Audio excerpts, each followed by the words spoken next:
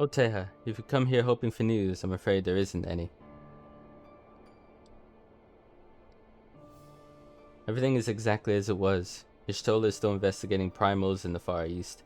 Thancred is still gathering intelligence in the Imperial provinces. And Alpha is still out there somewhere. There's been no word since his first scheduled report, nor does he respond to calls. And all the while, I'm just meant to sit around here waiting. It's driving me mad. Begging your pardons, I bear message from the Eorzean Alliance. Thank the gods for that. We have a visitor.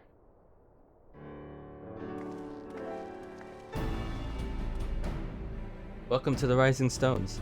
If you have a message, I should be most eager to hear it. My lady, the Alliance leadership will soon convene to discuss the matter of Ascian interference. They humbly request the presence of the Scions of the Seventh Dawn. Having assessed intelligence provided by the Alamegan resistance concerning the whereabouts of Xenos' remains, they too suspect Ascian involvement and wish to deliberate a suitable course of action. As the foremost authorities on our foe, your order's counsel would be most welcome. Of course, we should be glad to assist whatever way we can. With almost everyone else afield, I'd say this one falls to us. By which I mean, I'm not going on my own. You'll come with me, I trust. I'd rather not. Really? I'm not in the mood. Nah. I'd rather be juggling knives like Tataru used to do on that desk. There you have it. We accept the invitation. Thank you. Time and date of the meeting will be shared in due course, but I can confirm that a council will take place in Alamigo. By your leave.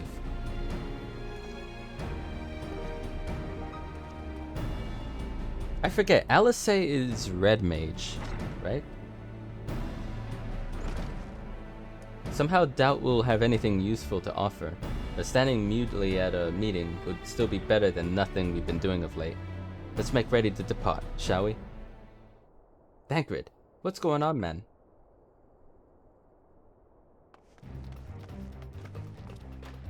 Alright, just be careful on the road back, you hear? Did I hear it right? Real. Is Thancred coming back? Aye, that he is. Says he's acquired some important intelligence. Been in Garlean territory though. Couldn't risk sharing the particulars in case the Imperials were listening in. So he said he'd head back as quick as he could, and that to make sure someone was waiting for him in the Alamegan quarter. Understood. Tay and I will go. We're bound for Alamigo anyway, and there's sure to be time before the council begins. Come on, let's be off.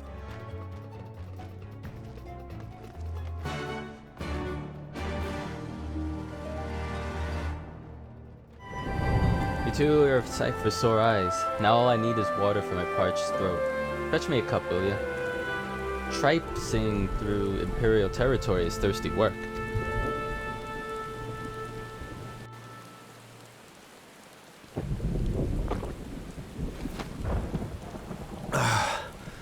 God, I needed that. I won't bother telling you to catch your breath. Whatever brought you galloping back to us, I assume it's urgent. Quite. Without further ado, then. After the successful uprisings in Doma and Alamigo, rebels in several other provinces were inspired to follow suit. Unfortunately, they did not fare quite so well. The Dalmascans paid the heaviest price. For their defiance, the Emperor made a show of razing their capital to the ground, prompting many of their neighbors to abandon thoughts of resistance.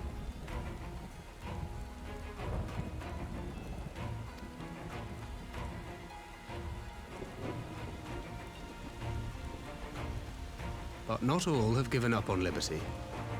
Heartened by the news of Doma's prisoner exchange, some still believe that the Empire may one day be amenable to negotiation. We have the shinobi to thank for spreading the good word. They have worked tirelessly to keep the subjugated informed, and a little knowledge can go a long way. There is at least a spark of hope, then. A spark in want of kindling, yes.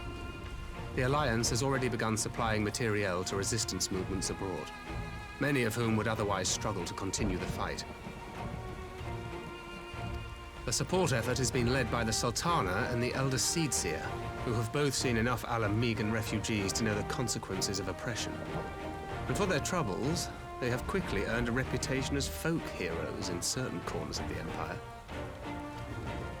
That is all for the provinces. As for the Garlean motherland itself, our friends the Populares have suffered something of a setback, I regret to say. Talk is rife that Doma has summoned a primal, and the Empire's more liberal voices are being drowned out in the fearful clamor for retribution. And who do they think orchestrated this summoning? Oh, any but those truly responsible. Xenos has seen to that. Speaking of whom, the Crown Prince is recovering remarkably well.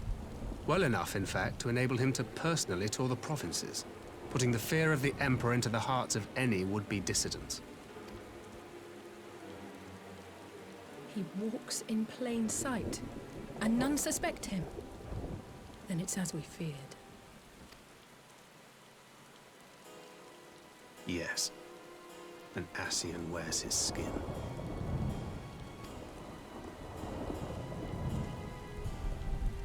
But it was not that which brought me here in such haste.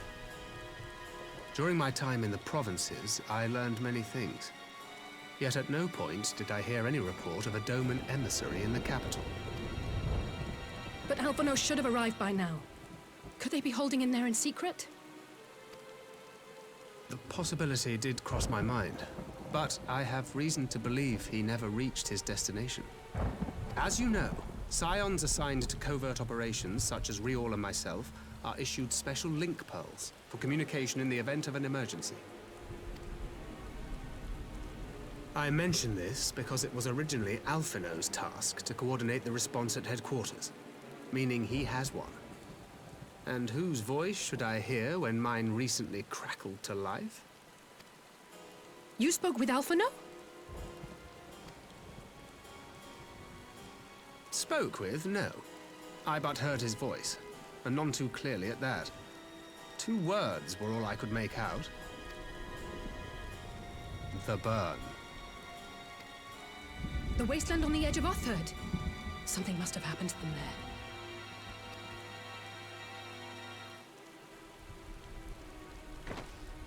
There's no time to waste. We must make for the burn at once. I had a feeling you might say that. And? I can't very well sit around here drinking tea if Alphino's in trouble. You said yourself that this link pill was only to be used in emergencies. So I'm going, and that's the end of it.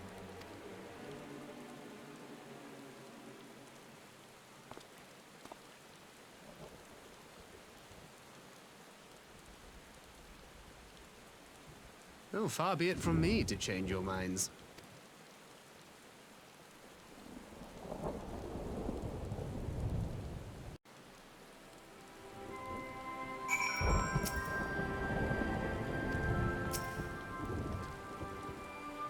Lo, though I am neglect making preparations for the council, we must act swiftly before Alphino's trail goes cold.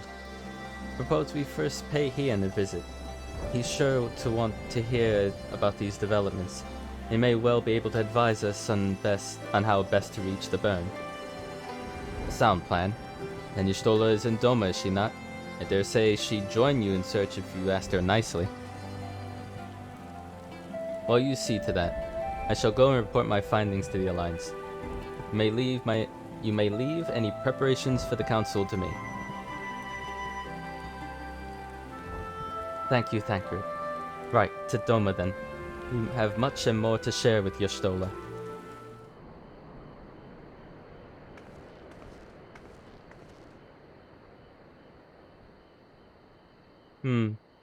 That is curious indeed. While other matters demand my attention at present, I shall bear what you have told me in mind. Should you notice any change, do not hesitate to seek me out. Thank you, my lady. You're most kind.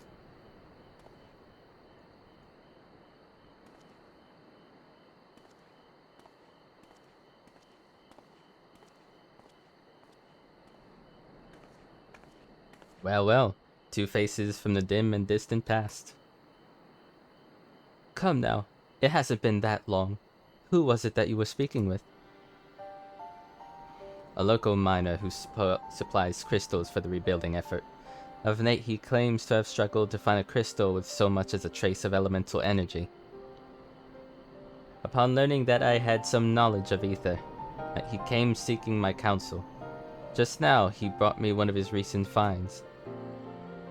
It was precisely as he described, a devoid of elemental energy, and eerily reminiscent of the deaspected crystals that manifested in Eorzea in the days prior to the calamity. We will be wise to investigate this phenomenon more closely. Indeed, but on a more positive note, the locals seem to have taken a liking to you. More an interest in than a liking to, I think. The sight of a Mikote with a particular contraption upon their head has a certain novelty value in these parts. Any actual regard they may have for me, I owe wholly to you and the others who came before. Everyone here has been exceedingly cooperative, and I am pleased to report that I have all but concluded my investigation. Simply put, by focusing one's will upon an aether-infused object of worship, it is possible to conduct a summoning. Though the fact that they are objects of worship is the key. They are themselves suffused with the requisite belief. Correct. Such sacred relics as the Kojin collect obviate the need for religious fervor in the summoner, Yotsuyu being the most obvious example. She had but to associate the artifact given to her by Asahi with the divine, and it served to amplify her desires to give them form. A form nourished through the power of crystals, also provided by her brother, and thus was Tsukuyomi brought into being. Almost forgot how they pronounced that. Which brings me to the question of preventive measures, to which I have yet to find a satisfactory answer. At present, I know of naught that will avail us, save to keep watch over the movement of relics and crystals, as if we did not have enough to keep watch over already. It's a big thing up top. You see that? Like a glowing crystal-like thing. But I doubt you came all this way to hear what may be perused in the report. Has something happened to Alpha Note? Let me tell you a story.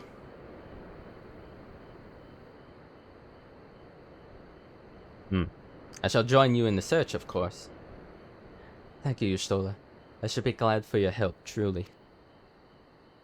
Now, if there's nothing else, I shall go on ahead and request an audience with Lord Heen.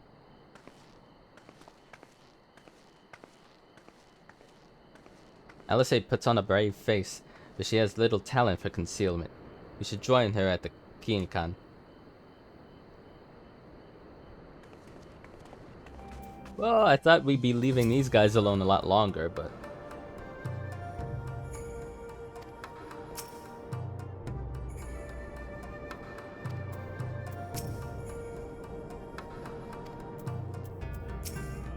Needless to say, you shall have our full cooperation in search, even if Alpha Note's trail does lead to the burn of all places. Take this, I guess. Quest complete. Feel the burn. The region known as the Burn occupies a special place in Garlean history. Every child in the Empire is familiar with the tale. In the distant past, it was a verdant land teeming with life, but successive summonings saw it bled dry of aether and reduced to a desert. It was upon beholding the devastation that Primals had wrought that Emperor Solus was spurred to embark upon his crusade against their kind. The Baron offers a glimpse of the future we seek to prevent. Know you of any reason Alpha Note might have gone there? Mischance. Though it lies on the route to Garlemald, it is no place to make a stop. My guess is they encounter some manner of trouble there. In any event, I'm of the same mind as Alice. We have no choice but to take our search to the Burn. Given the considerable distances involved, 'tis best we went by bird. Teha and I have our Yols. Yugiri? Will you ready the falcons for the others? I shall gather our swiftest birds. Near the House of the Fierce, there's an overlook. Pray join us there once you have seen to your preparations.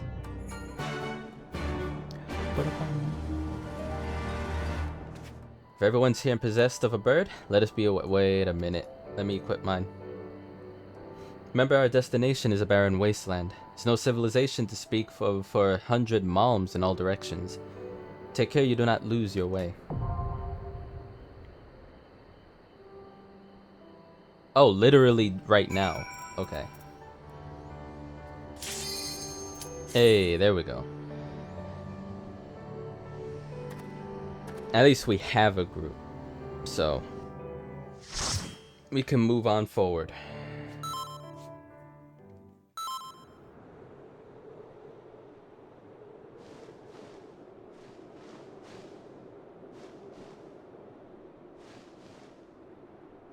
Make ready, friends! We are come to the burn!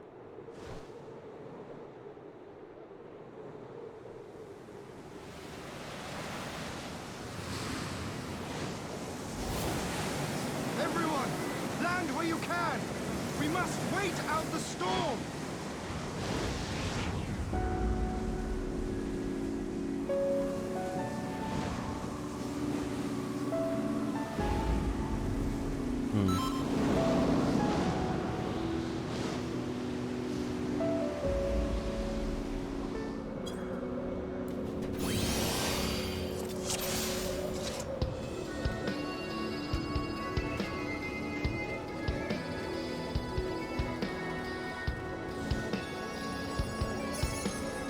Already digging the music. Alright, time to act like a tank. For the first time in a while. I haven't done a dungeon in a hot minute, so let me actually pretend I know what I'm doing. Or a singular tank in a group, I should say.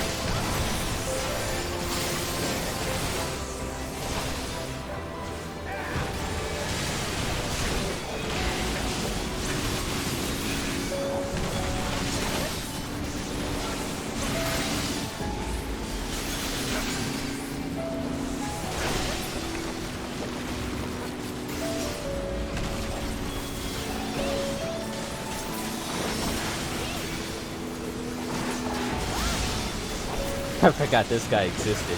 I thought we were done with the fight.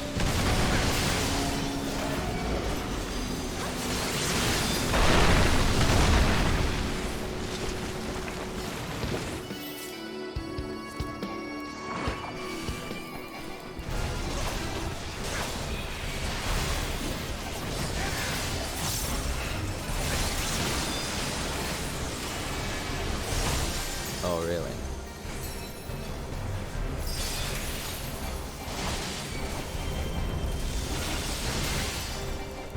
Isn't it?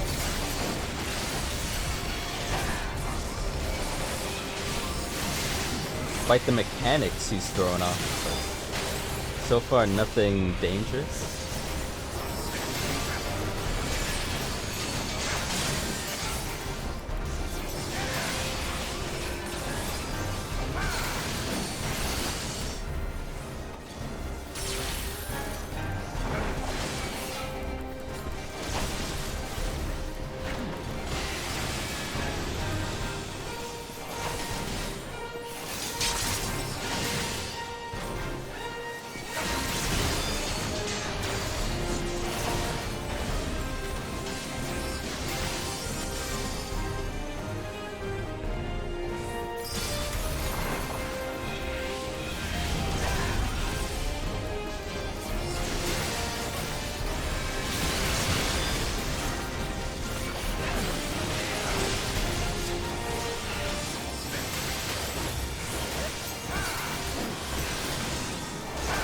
Crystal needle.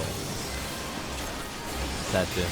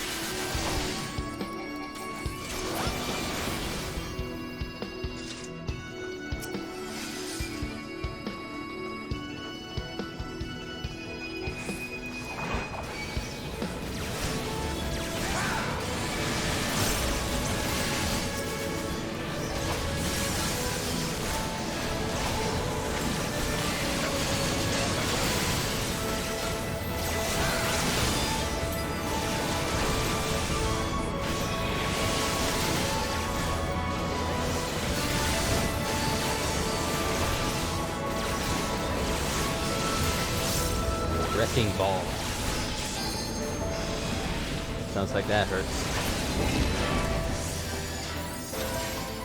Cool.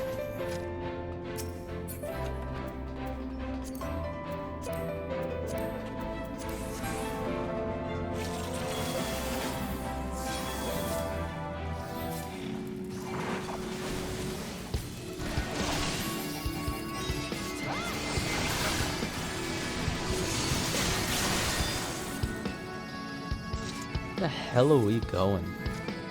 This is all under the sands, right? Like, it's actually impressive.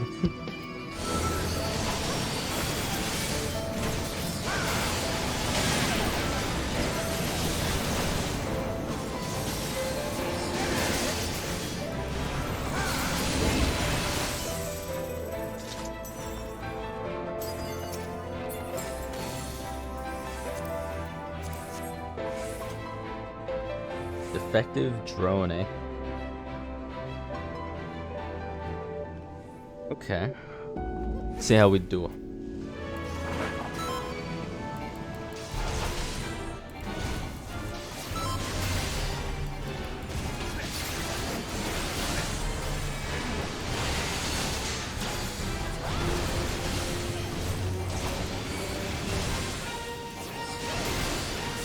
Reinforcements required. Bzz. Deploying auxiliary drones.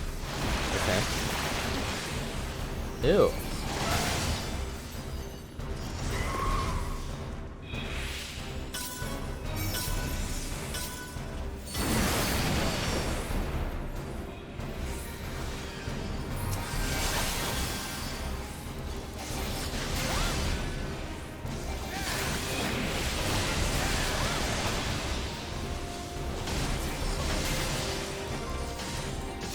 I got pulled, so apparently I wasn't supposed to be where I was supposed to, where I was.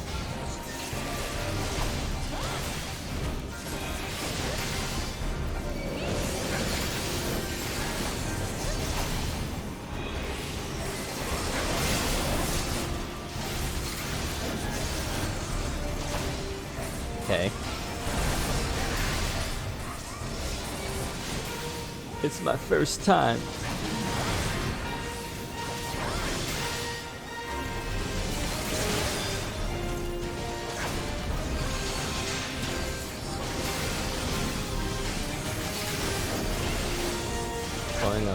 Okay, so more it is.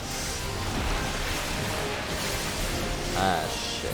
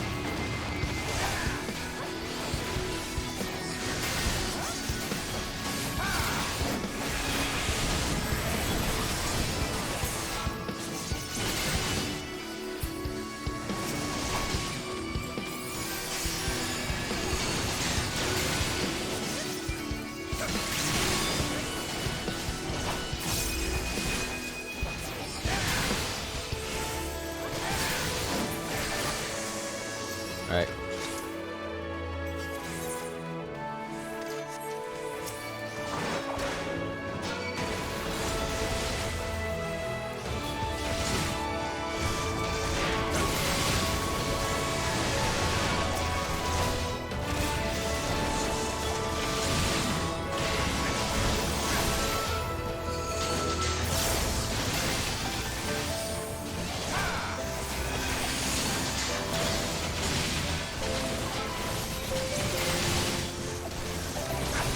Almost died there, holy shit.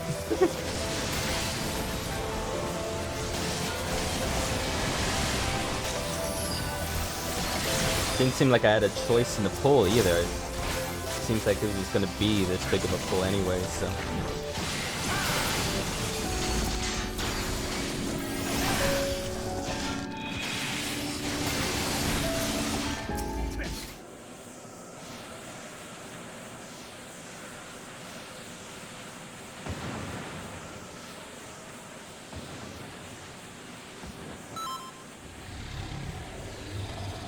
Oh, what a badass entrance. Okay.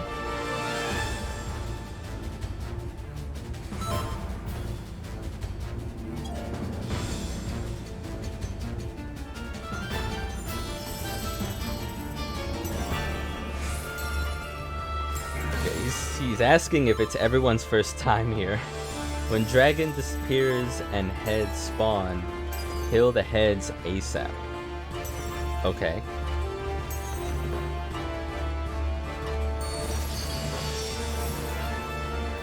Alright, just go without me. That's fine.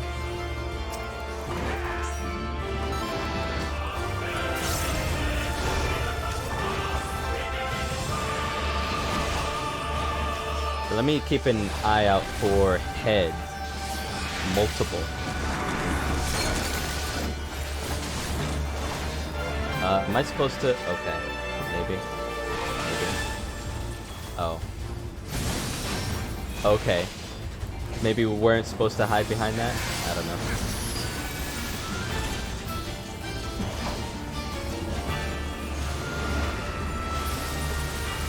Alright, heads.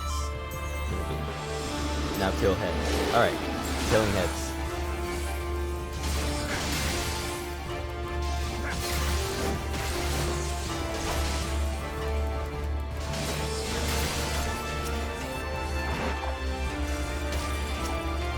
Oh. How did that even happen? Oh, did I accidentally hit him? Is that what that was?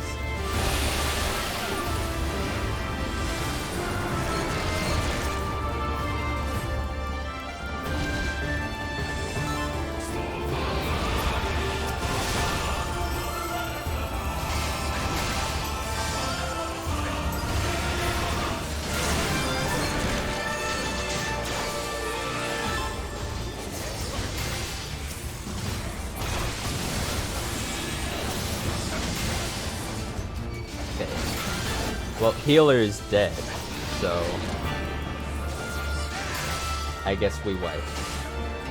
Oh, what's this fog here? Let me heal myself, actually.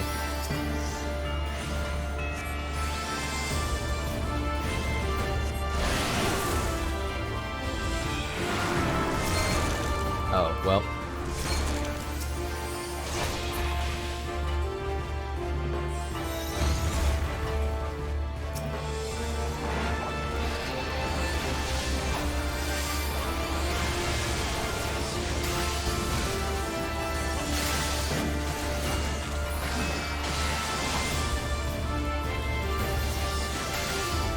That pattern must have just been unlucky, because that it didn't look like there was a way out of that at all.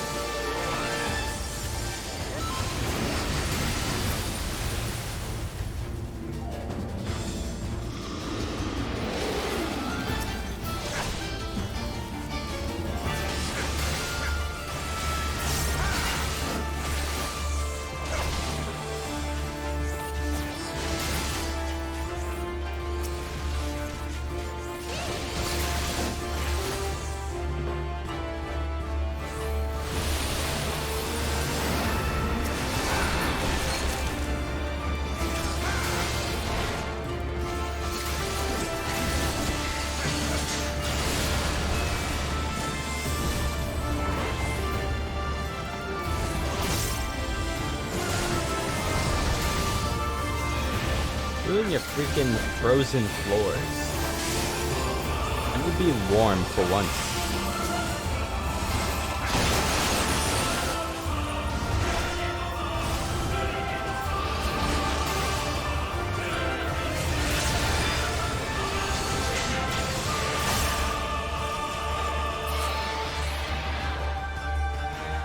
Alright.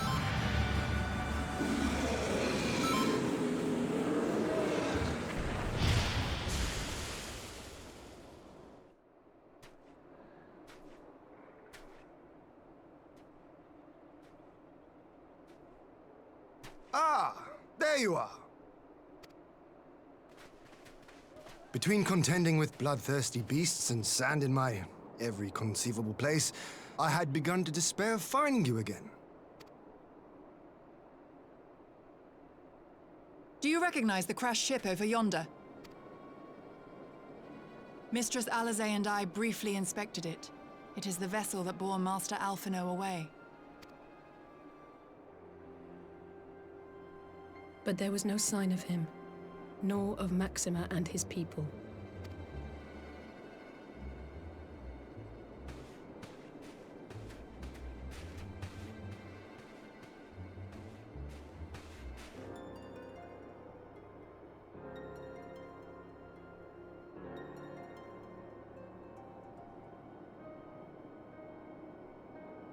What's that? War Machina. It would seem they were involved in a struggle.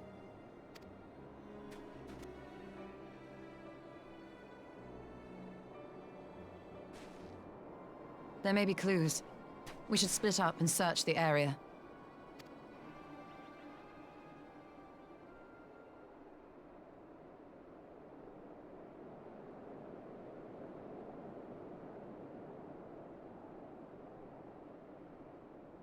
Oh shit. Just completely covered.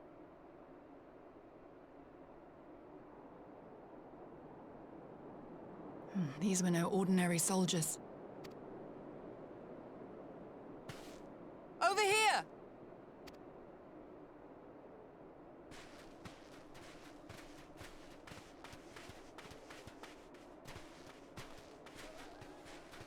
The insignia on this man's uniform identifies him as one of the Emperor's personal guard. Hand-picked soldiers, answering only to the royal family. That would explain why all the casualties are Garlean. They were fighting their own. We don't know that yet. I don't know that yet. Even the cutscene I watched with Alphino, I didn't know that. Aye, we must not jump to conclusions. Besides, Alphino is more than capable of looking after himself, is he not? In fact, because it was some dude called Shadowhunter that saved the day. But what a funny, like, last stream was fucking hilarious. I was talking because Alphino and the gang got shot down. They were in the desert, and seconds before it actually happened, I was like, you know what? Be funny if we control Alphino for once instead of the main character, and they fucking did it, and I lost my shit. I was like, no way did I predict that.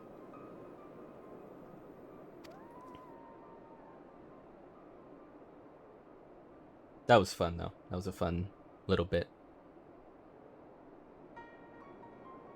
I suggest we return to Doma to consider our options. Whatever happened here, Master Alphino is long gone, and any subsequent search may safely be left in the hands of the shinobi.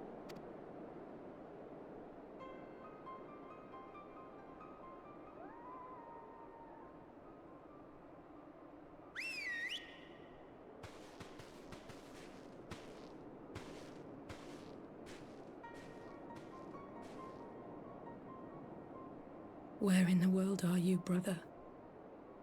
If you die on me, I will never let you hear the end of it.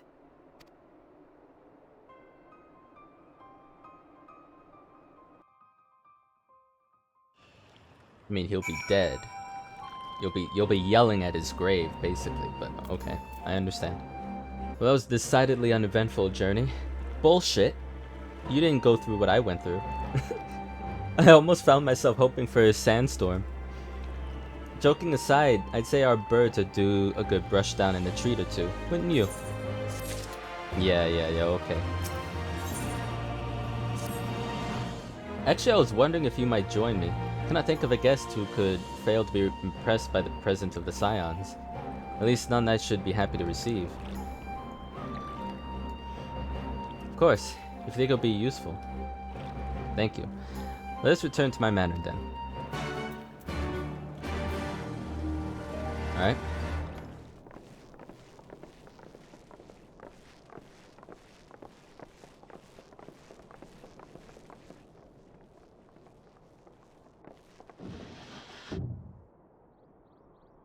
Lise, what brings you here? Oh, Alliance business. We have a request for Doma. Well, Hien. Does she ever change out of her clothes, or is she just wearing... Maybe she has multiples of the same thing. But that can wait. They told me you were out searching for Alphino. Did you manage to pick up his trail? Well, if he wasn't at the crash site, he might still have escaped. We have to keep searching. And we will. Alphino embarked on this journey as an emissary of Doma, and I hold myself responsible for his safe return. I will have our shinobi in the provinces search for him as a matter of urgency. Chin up, Alize. You'll get to admonish your brother for his recklessness yet. Well, someone has to do it. I'm sure he's going to be fine. There is one thing I'm not sure about, though. You said it was the Emperor's personal guard that attacked Alphino's airship. But the Popularis would never have been able to arrange the prisoner exchange without Varus's blessing. So why would he sabotage his own mission? They may not have been acting on Varus's orders. The guard answer not only to him, but to his family. The Crown Prince included. When Yotsuyu summoned Tsukuyomi, Asahi was quick to proclaim that a Dorman citizen had violated the terms of our agreement, that the negotiations had failed. And it is this version of events that is now being repeated across Garlemald. To hear the tale, one would think the prisoner exchange never took place. Plainly, someone is manipulating matters from the shadows. Most likely Xenos, or whoever it is that wears his face.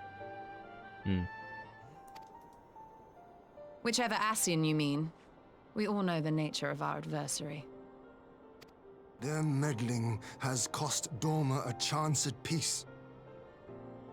Whoever it was that loosed his personal guard, the Emperor cannot be ignorant of these developments. We must proceed on the assumption that our treaty is indeed in tatters.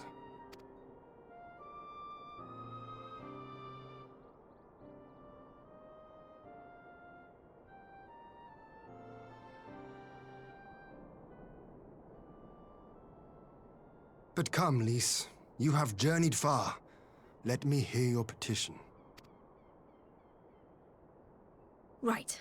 So the big news is that Alamigo has agreed to join the Eorzean Alliance.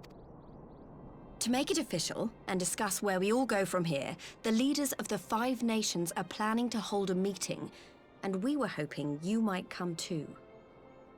We've already seen what we can achieve when we work together, and the Alliance hopes to work even more closely in future. They think it's our best hope of keeping the Garleans in check, and I agree.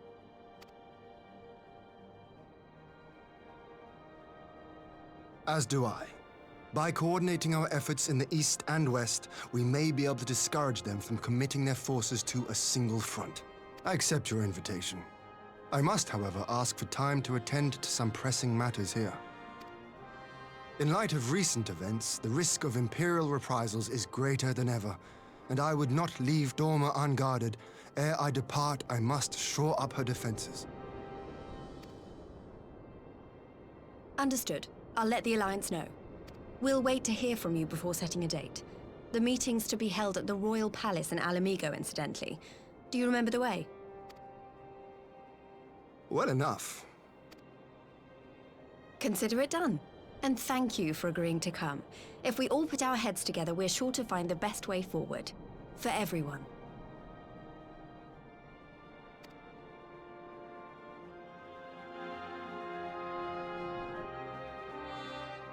Alright.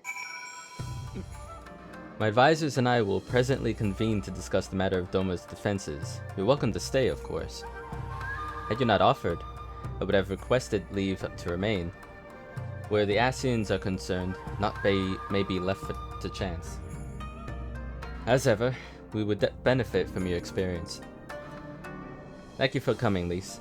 Even if it's unofficial business, I had hoped there might be time to show you the land you helped save, but I'll settle for a fleeting visit if needs must.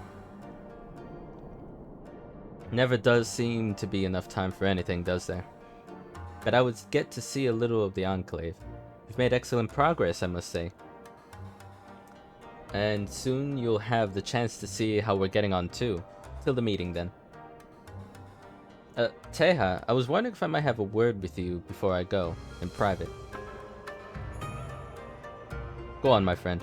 I'll send for Hakuro and the others in the meantime. Great. I'll wait for you at the docks.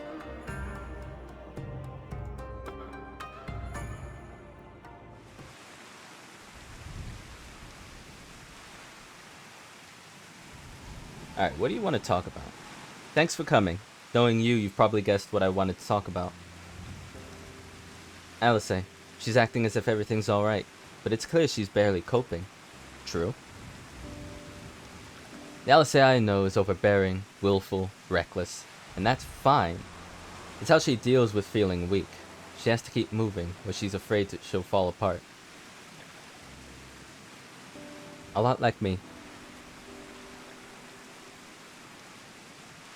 The thing about people like us is that we need someone to keep an eye on us. I have Papalimo, and I have my friends in the Resistance, and Alice has you in the Scions. Before you start, I'm not saying you're neglecting her.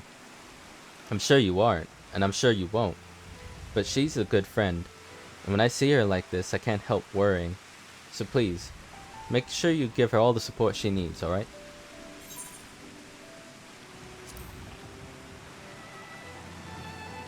Yeah, don't worry. I don't know why I was clenching my fists as if ready for a fight, but alright. Thank you, Teha. Goes without saying, but if there's anything I can do, you only need to ask. Given my limits as a main character, I find that unlikely.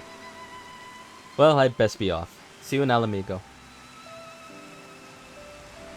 See ya.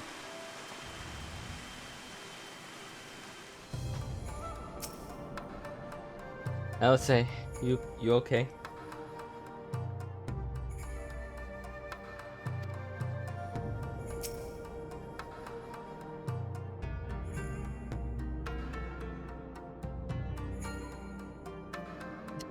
Fortunately for you, the individual in question seems none the wiser. Yeah, apparently.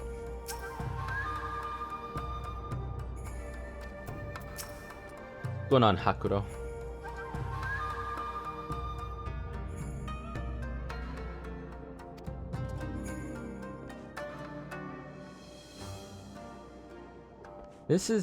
I feel like you adjust the aesthetic of these people a little bit. I bet you this can be an entire class of character that you can play. Ah, there you are, my friend. Everyone is assembled, so let us begin.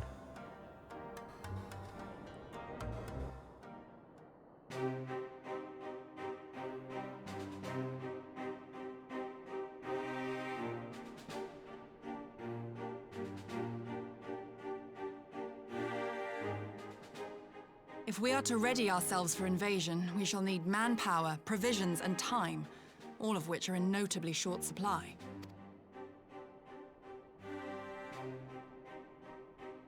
Candid as ever, Yugiri, and correct, I concede. Fortunately, I have an idea. 'Tis plain no single nation can stand against the might of the Empire. And it was only with the aid of others that Doma succeeded in winning her freedom. So, I mean to take a leaf out of our Eorzean friends book and form an alliance of our own. In addition to those with whom we already share an understanding, I would reach out to Hingashi and Suinosato, and further afield to the myriad peoples of Nangsha and Dalmasca. I am under no illusion. Not all will answer the call. Yet disparate though we may be, we are united in our desire for freedom. If our neighbors could be made to see what is at stake, Ascian machinations and all, cooperation need not be so far-fetched a notion. It may even seem practical. Under the guidance of our former leader, Master Louis Soir, we once strove to unite the fractious city-states of Eorzea.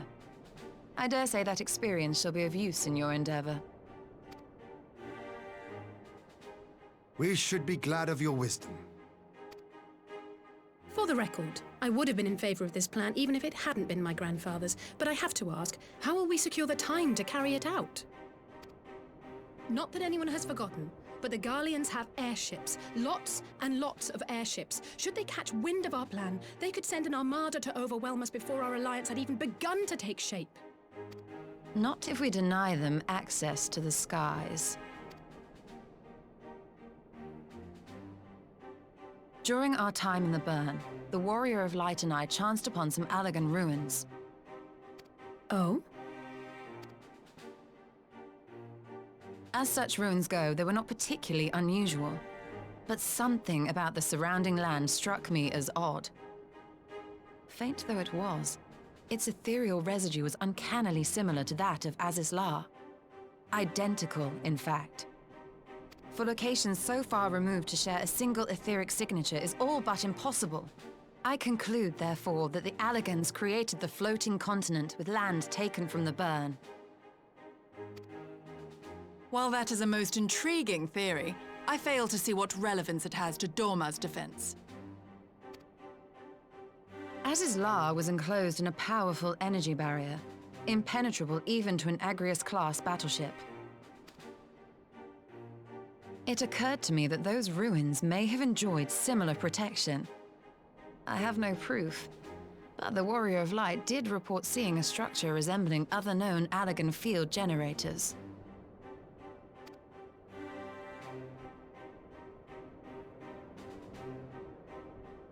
All right. But even if we could put up such an energy barrier, it surely wouldn't extend beyond the limits of the Burn. So what's to stop the Garleans flying around it?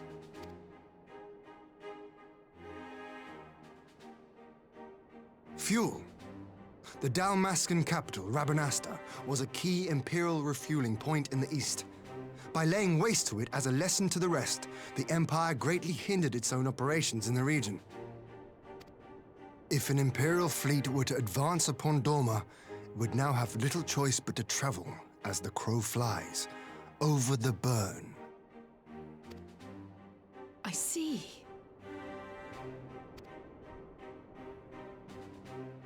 A word of caution. Even assuming the generator still functions, raising a barrier of such a scale will require a prodigious amount of energy. And few places are so bereft of suitable crystals as the Burn.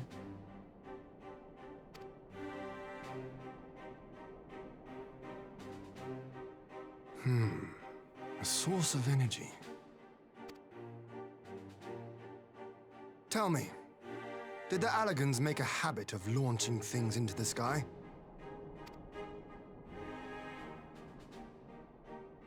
A curious question.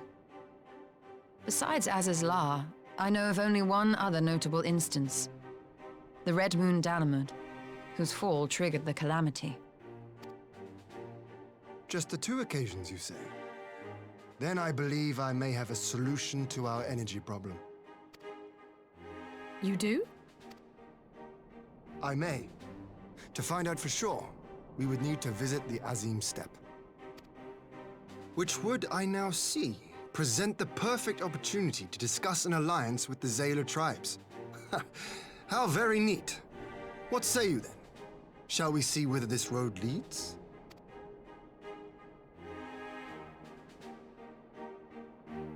So I think I see where this is going, and okay, let me just accept this before I say anything. It's settled then. I will journey to the Azim Steppe with the Scions, Yogiri and Hakuro. I leave our other neighbors to you.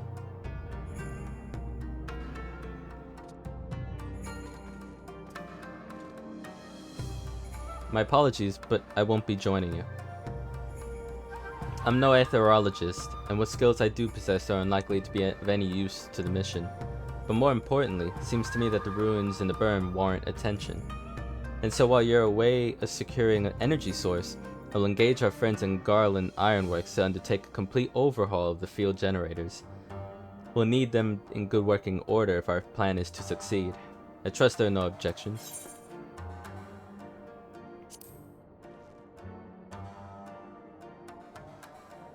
Have care on the steppe. From what I hear, the Zayla are fighting with friends almost as much as foes. Good luck.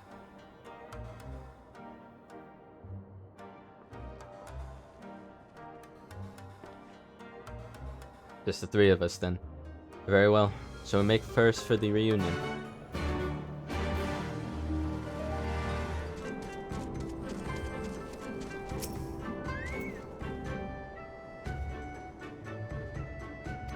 Yeah, same.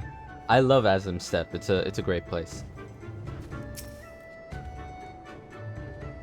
So this is the Azim Steppe. The tales do not do it justice. If you think the view is impressive here, wait till you reach higher ground. In the giant soup bowl. Actually seeing it as your first visit, permit me to show you my favorite spot.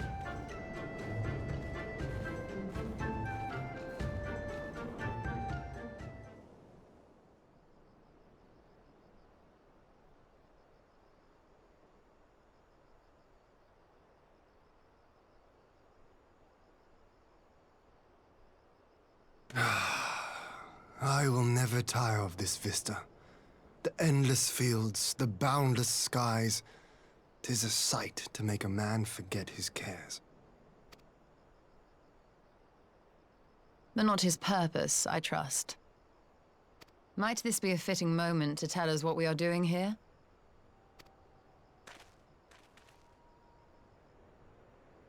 Of course. During my time with the mole, I learned some few myths of this land. One goes thus. In the distant past, when all seemed doomed, a wayfaring soul came unto the steppe. Venturing into the northern crag, he received of Nama a sliver of her essence, a shard of the shining moon, and with it clove the tainted land from the earth. The end thus averted, to these fields did the wayfaring soul return, and venturing once more into the northern crag, he buried the shard, and made unto the heavens an offering of blood.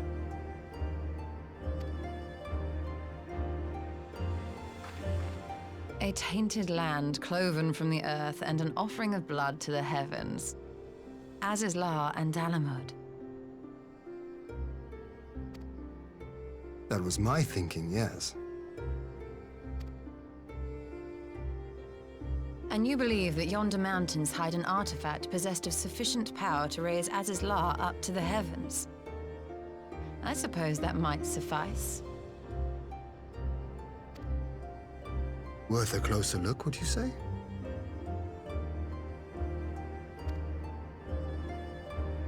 I would.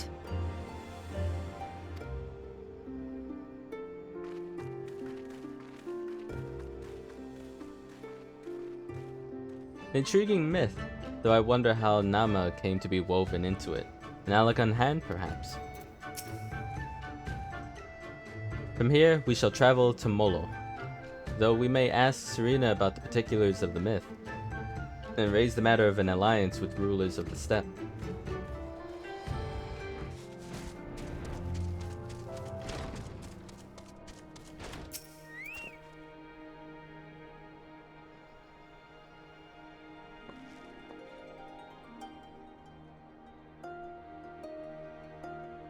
Here, Teha, I'm glad of your visit and the opportunity to welcome a new friend. How may we serve you? There's a matter I would discuss with the mole. It concerns not only the peoples of the steppe, but of every land in the Far East.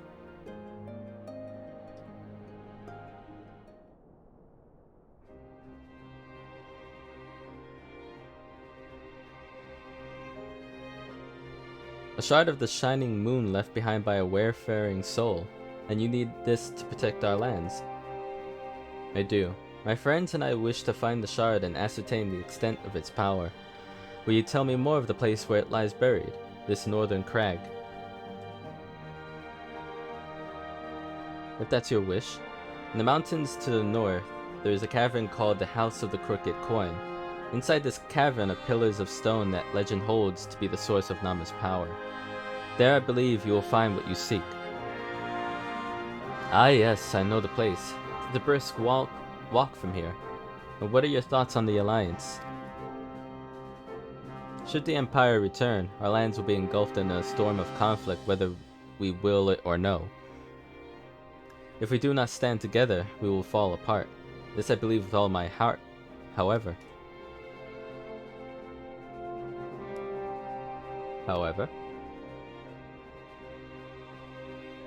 among the tribes of the steppe, there are those who revere Nama above all else. To them, the pillars are sacred, and not to be disturbed. Should you proceed as you propose, such tribes are like to spurn an alliance, prompting others to follow their example. That's my concern. But it is by no means certain that the pillars will provide the power you seek. Ere you risk the ire of the followers of Nama, might you not first visit the House of the Crooked Coin? If all is as you hope, we may then consider how best to earn their blessing. I thank you for your counsel. We will do as you suggest. I have no desire to give offense to those whom I would join hands. Thank you for your understanding. Though the mole may reign over the steppe today, this decision will shape the days to come, and we would not force others into war against their will. Nor we. 100-fold stronger are they who choose to fight of their own accord.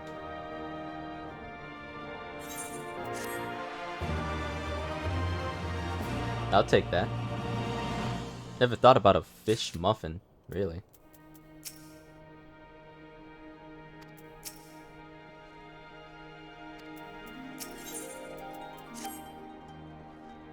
Seems the time has come to put my skills to use. Pray lead the way to the House of the Crooked Coin.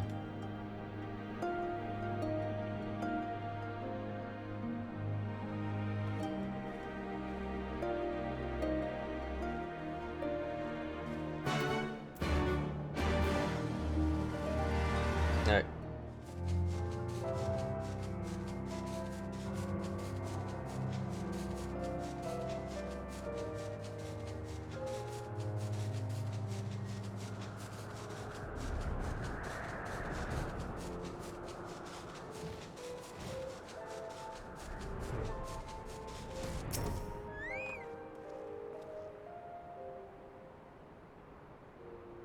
That looks powerful that you have to ask the what are we looking at? Oh. Okay.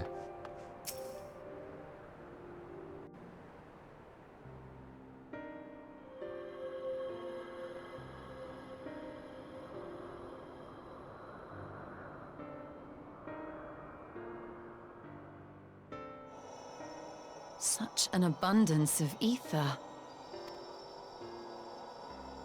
Are we in luck? We are.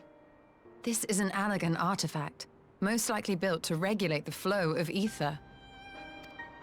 I strongly suspect the ancients used it to stem the flow from here to the burn. That would explain how they were able to untether what became Aziz's La from its surroundings. But were we to throw open the floodgates, the resultant deluge would surely be sufficient to raise our wall. And in restoring the flow, we may also restore life to the wasteland.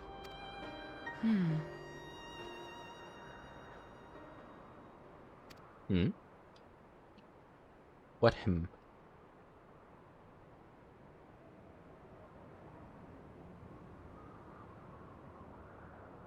What is it? While the device itself harbors a surfeit of ether, the opposite is true of the surrounding area.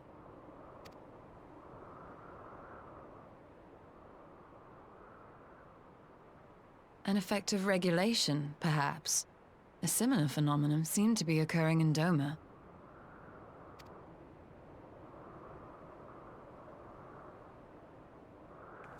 Whatever the explanation, the answer will not reveal itself here. We have seen what we needed to see.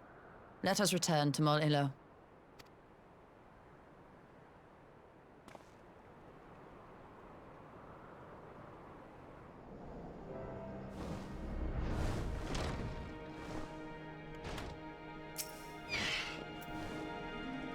You found that which you seek, then? Great indeed is the Dusk Mother's power. If naught else will suffice to protect our friends, the blessing of the other tribes must now be sought. Of course, but to which tribes should we appeal? The many who worship Nama, but none are so fervent in their faith as the Dotharl. Their consent shall be the key.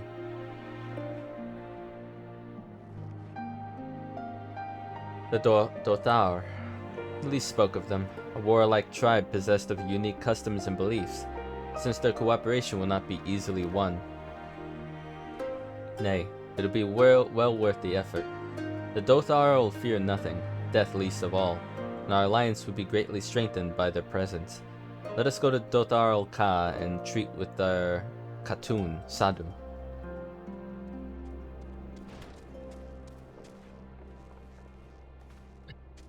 She seems excited. Good for her. She's not even coming with, and yet she's excited.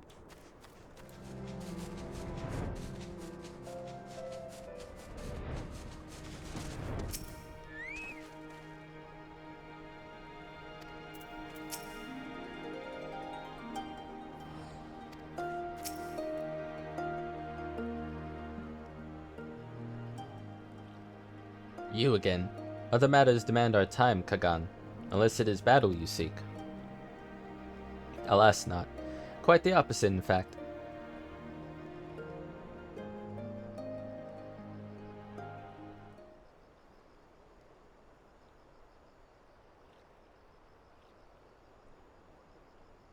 Talking. Always talking.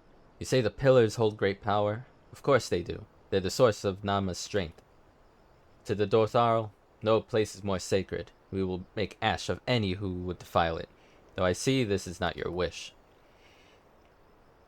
You see the wisdom of our proposition, then. You will join hands with us. I said nothing of joining hands. You wish to wield Nama's power to defend these lands, and this I will allow. But for leaving the steppe to fight the men in iron, I would have something in return. Namely? That smile. Namely, battle with you, Kagan. The Nadam ended ere it began. I would face you again, alone, without distractions. Defeat me, prove yourself the stronger, and you shall have the Dotharl as your allies. Surely, these are agreeable terms. Well, this is not wholly unexpected turn of events, but I'd assumed I would be the one required to fight. Alas, the Khatun has made her choice. Shall we dance?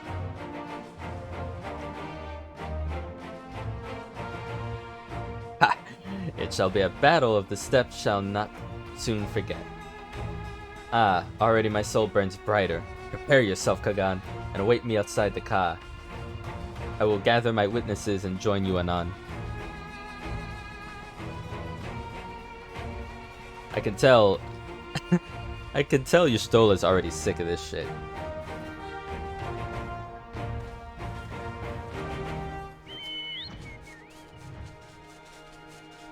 Oh, it's almost morning. That's a beautiful horizon, that. It actually looks, the clouds in the sky transitioning from like dark blue night to that reminds me a lot of my view sometimes in the Bronx. Not lately, but some summer days would look like that. When I was little,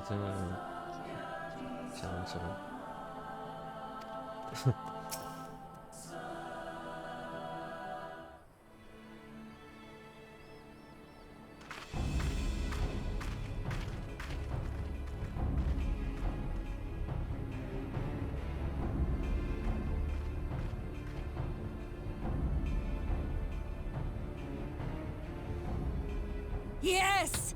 This spot shall serve as well as any. I shall enjoy this Han. He pronounces it Han? Ignoring the G, ignoring the K, it's like Kagan. No, it's Han.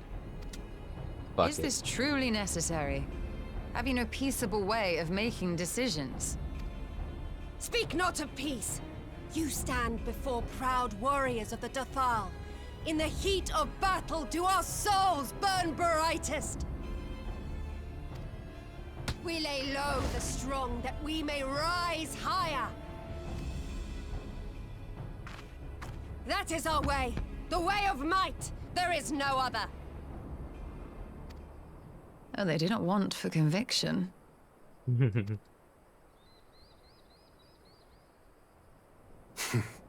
Indeed. It's what makes them such dangerous enemies, and such useful allies. Enough talk! It is time to fight!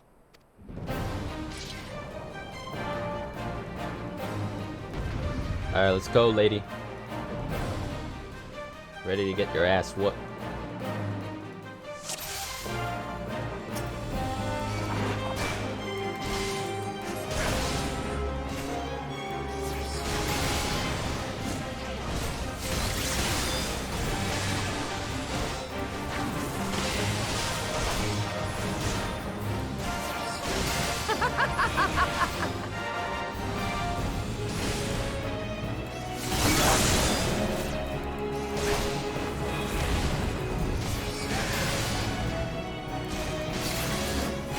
Strong indeed, or were they champion of the steppe?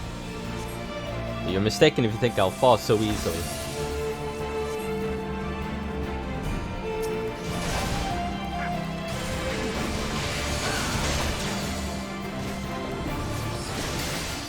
In death do our souls sing!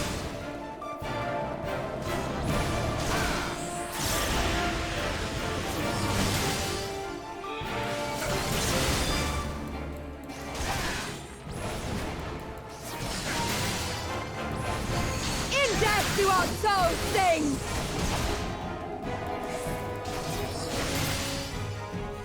Finding you pure bliss. Such sweet pleasure. I will not suffer to end so soon. Alright. Phase 3. Let's go.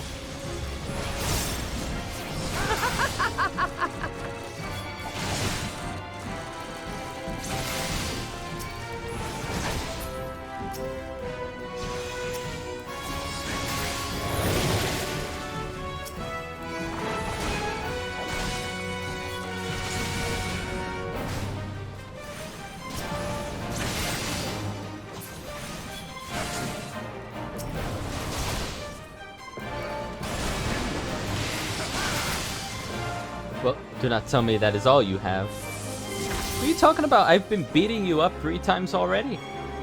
So demands more, cause Han to give me more. Oh, I gotta do this then. In death do our souls sing!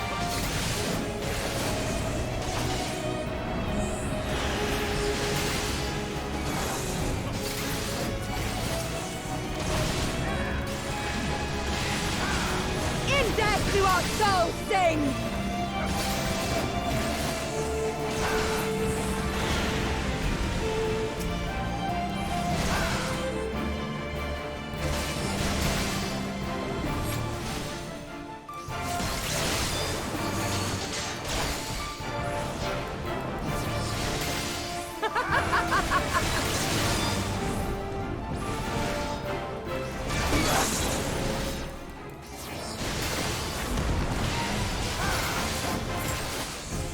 My arms grow heavy, my eyes dim.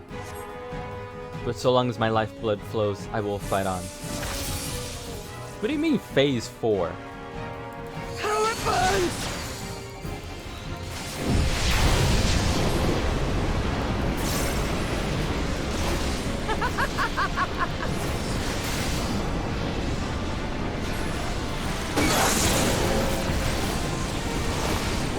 Oh, she's doing all of it now. In death do our souls sing!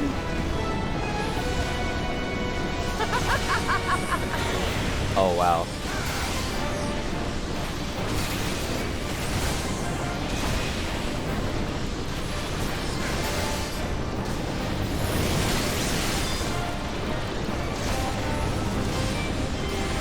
In death do our souls sing! Hey, there you go. Yes! Yes! Not since the Nardum has my soul burned so! Weird kink, but okay.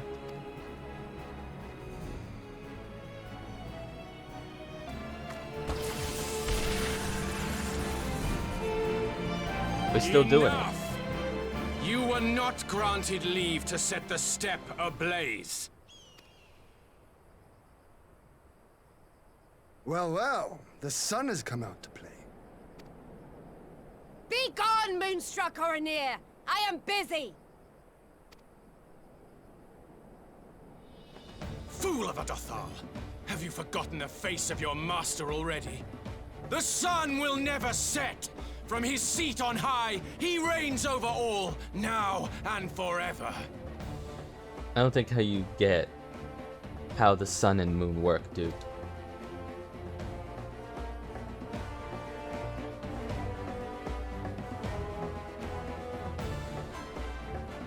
Yet what should he find here but a battle to determine the fate of the steppe? A battle waged without his blessing. This will not stand. You, Doman! You who come to petition the warriors of this land, forget that all Nama's children are wards of the Oranir. As first among my brothers, your petition is mine alone to judge.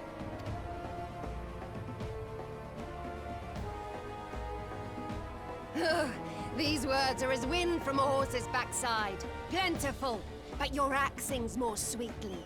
Let her speak for you.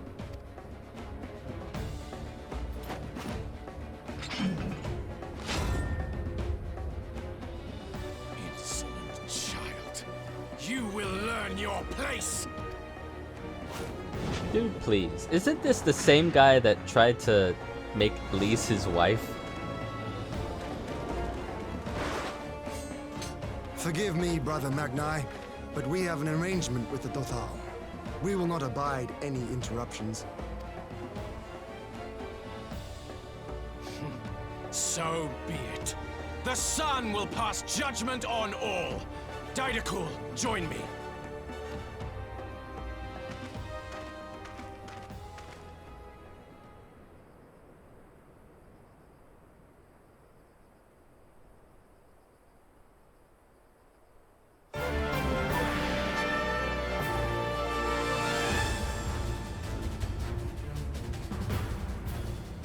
The sun is in good company. We may dance alone. More fighting?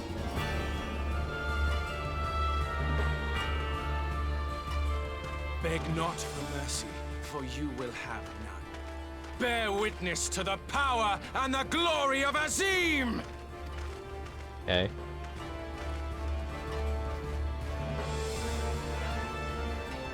Constantly at each other's throats like rabid dogs. Gods, I'm turning into her. I have not the patience for this, but if we must fight, let us at least be brief. Come. Alright, Y'shtola.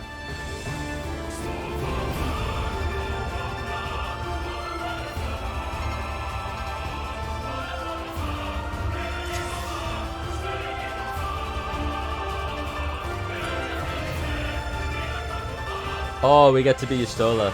Sweet. Experiencing what is to be someone else.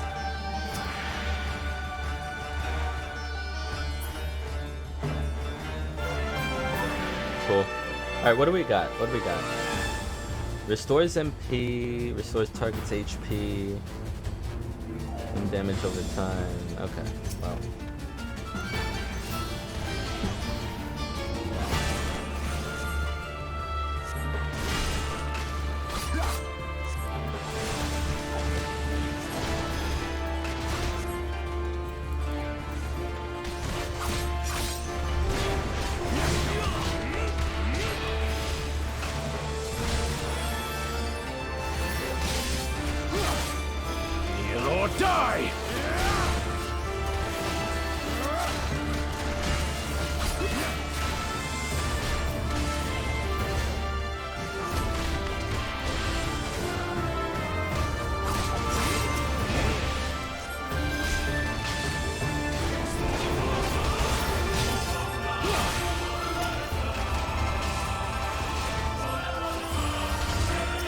Gotta make sure he lives.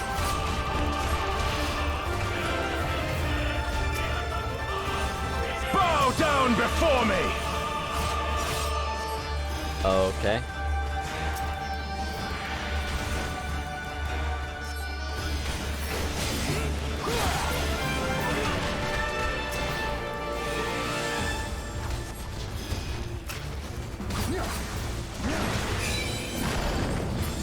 Kneel or die!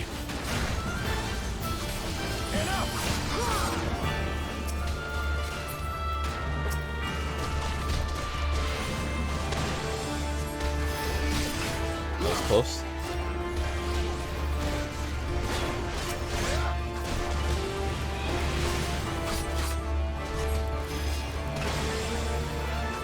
Kneel or die!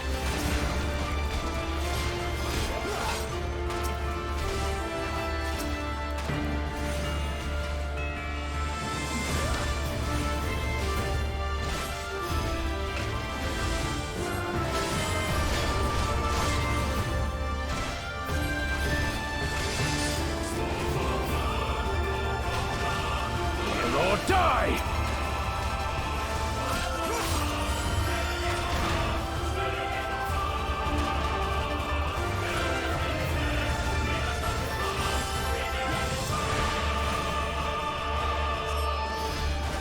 Mark well and learn!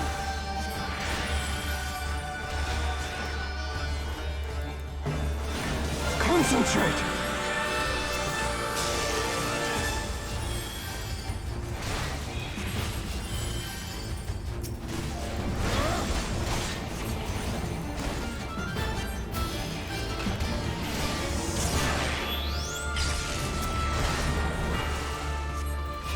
Kneel or I am die! seeing to his wounds, but damn, dude.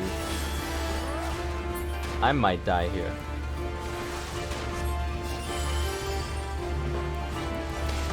Nope, that is not good.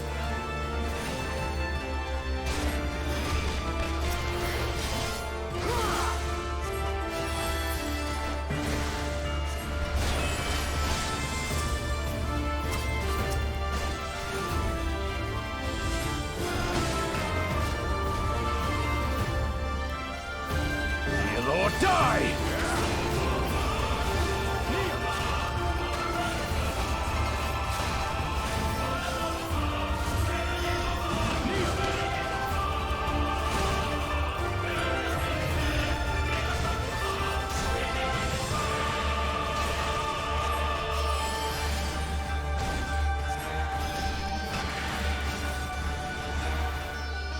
Bow down before me!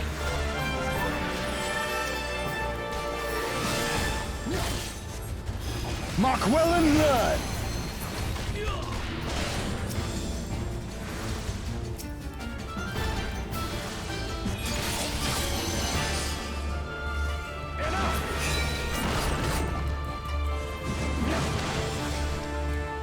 Kneel or die!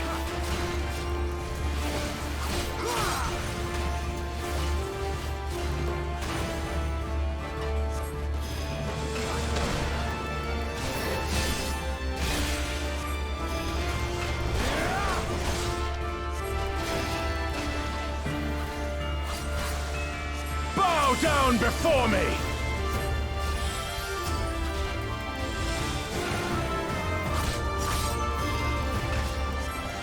Tremble before the sun!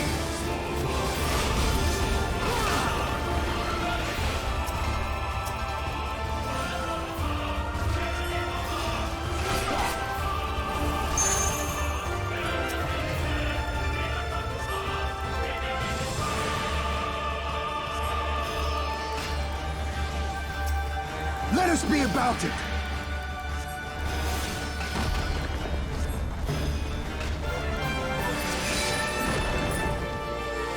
Okay.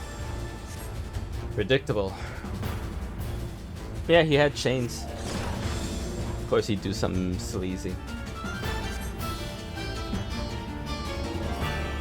Malfoy.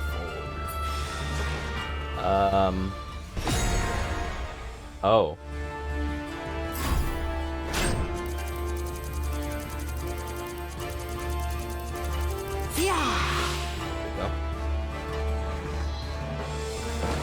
Ether!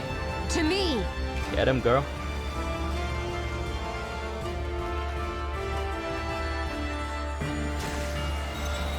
Have at you!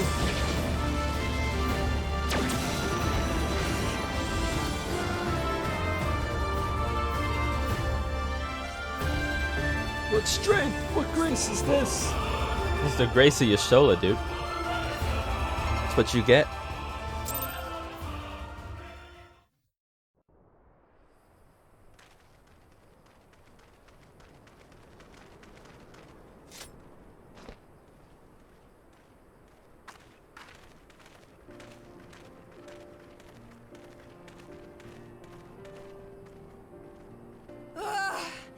Never have I felt such bliss in defeat.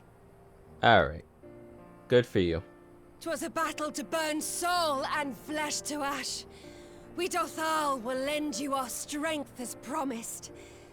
Nama's power is yours to wield.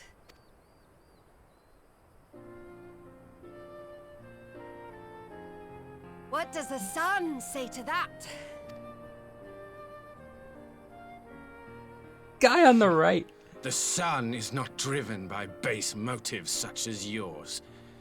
But they have been judged and found worthy. Just admit you're a sore loser. It's fine. Poor guy on the right looks like he's actually dying.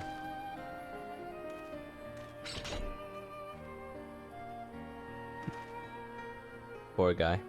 It is the way of the Oranir to accord recognition and respect to the strong. You have made sufficient proof of your strength. The sun shall answer your call. You have our thanks. We are glad to call you allies.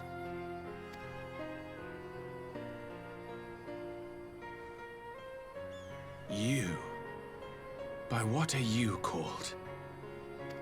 By you who?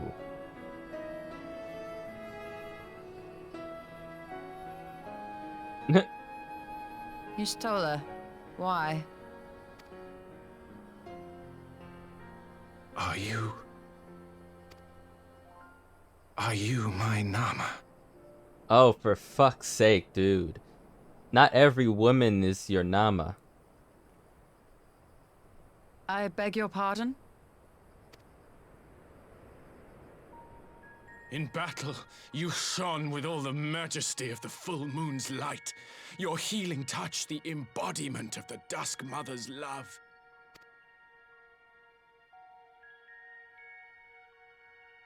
Long had I wondered if my Nama might not be a woman of the steppe.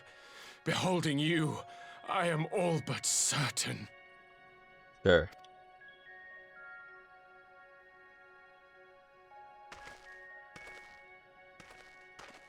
Now, look into my eyes. Could it be? Could you be? No. I am. Not interested, little son. Try again when you've become a man. Fucking A. As you do, Y'shtola. Little son, when you've become a man, boy. Little?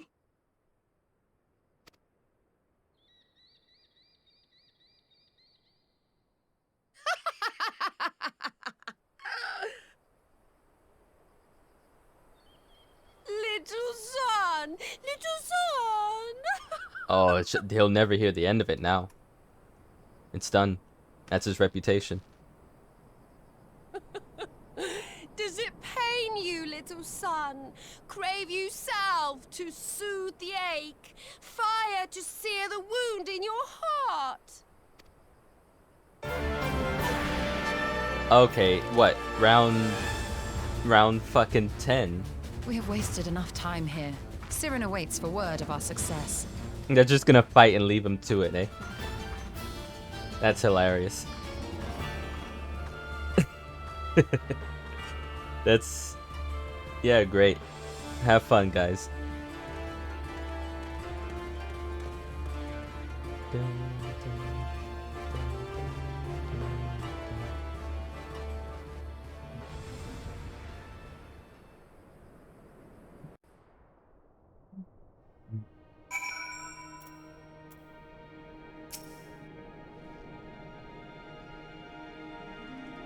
It's not his day to shine. Still can fault the man's but I mean, yeah. Well.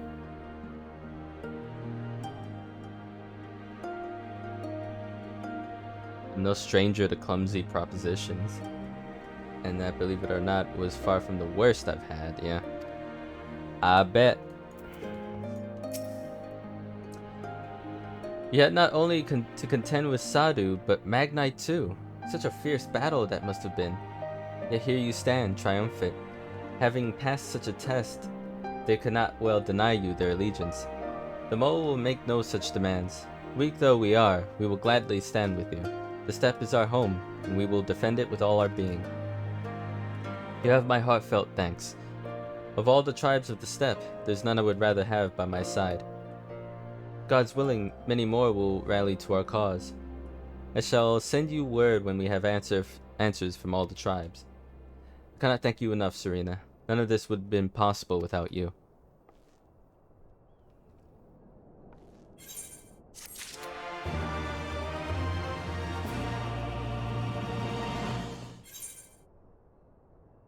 Endure. We have the requisite consent. 'Tis time to put Nama's power to use. If the aether flows as planned, all that remains is to have the ironworks engineers do their work at the ruins. Come, let us return to the House of Crooked Coin.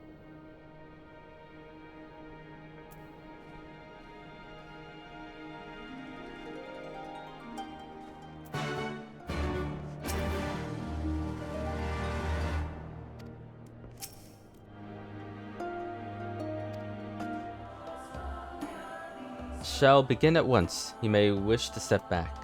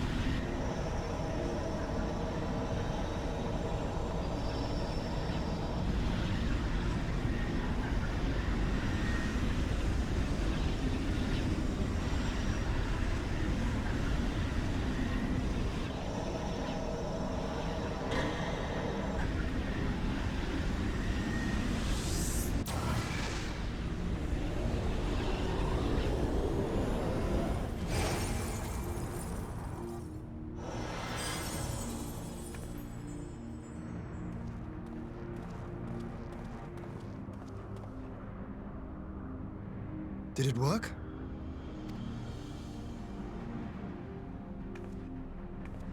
It did. Ether may flow freely to the burn once more.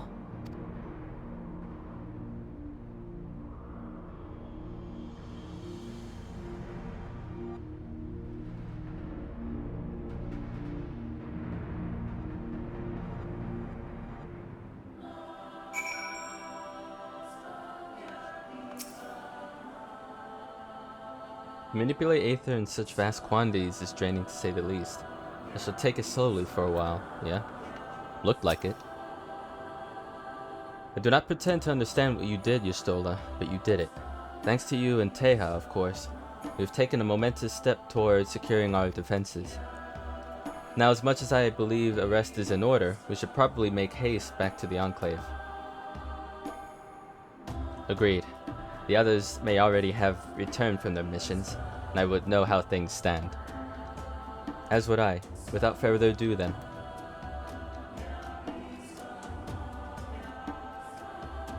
Okay. Alright, what of it, Alice? Judging by your triumphant expressions, I take it all went well in the Azim Steppe. Indeed, we have secured a suitable source of energy for the barrier. Good. Tataru and I have commissioned Garland Ironworks to ensure that the field generators function as they should. A team of engineers stand ready to set out for the burn at a moment's notice. You need only say the word. I thank you for engaging their services on our behalf. The minutiae of their arrangement you may leave to me. Which just leaves the small matter of our alliance.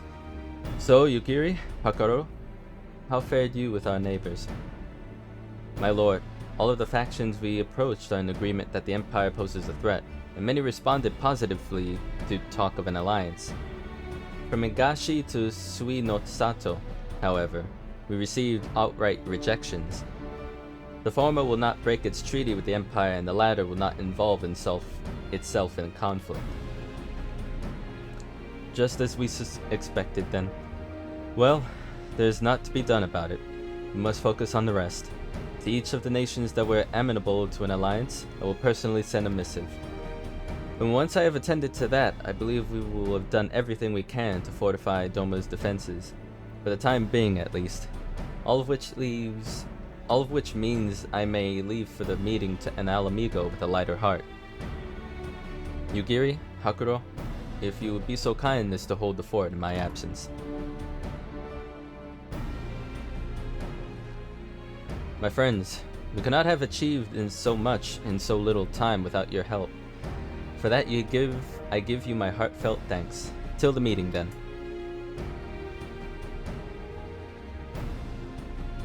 I took the liberty of asking Thancred to attend as well. He should have arrived in the Alamigan quarter by now. Then let us not keep him waiting, shall we?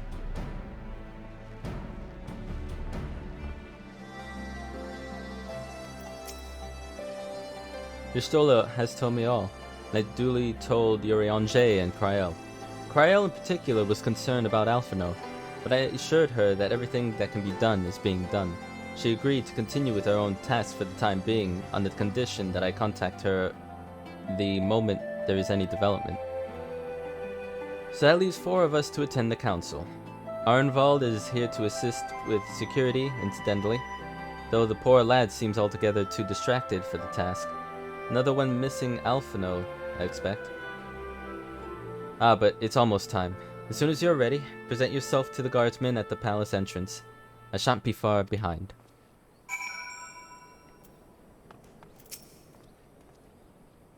The Scions of the Seventh Dawn. Welcome to Alamigo. The Alliance leaders have already arrived. May I show you to the meeting chamber? Upon proceeding to the Royal Palace, several fucking cutscenes will play in sequence. It is recommended that you set aside sufficient time to view these scenes in their entirety. Great. Wonderful. Let me get the popcorn.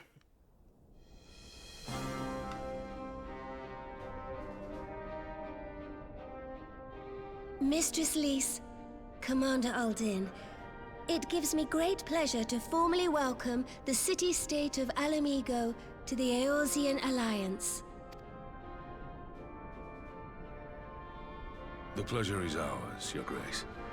I know I speak for all Alamegans when I say that we are glad of this chance to stand with our comrades of the Alliance.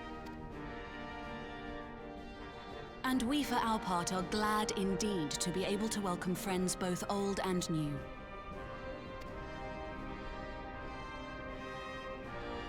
Lord Hien of Doma, at your service. Pray, accept my heartfelt thanks for your generous invitation. Nay, 'tis we who must thank you for journeying so far. And 'twould be remiss of me not to acknowledge the part the Scions of the Seventh Dawn have played in bringing all of us together. Americ sounds a little different. Wonder if that's a different voice actor then.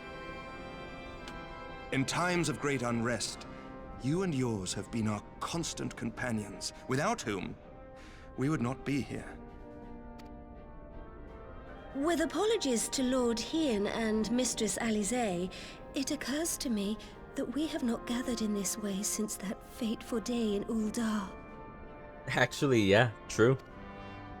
The day I lost my arm and my freedom. As I lay in my cell, never did I dream that I would one day be given the chance to represent my homeland at this council. A lot's happened. I would not even be alive had you not plucked me from the jaws of death. You, Yugiri, and Alfino. Would that the lad could be with us.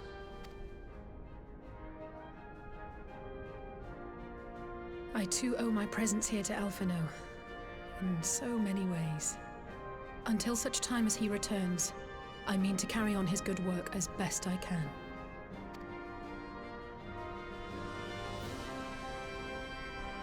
Come, friends. Let us leave the past in the past and turn our eyes to the future. My Lord Hien, pray, tell us how things stand in the East.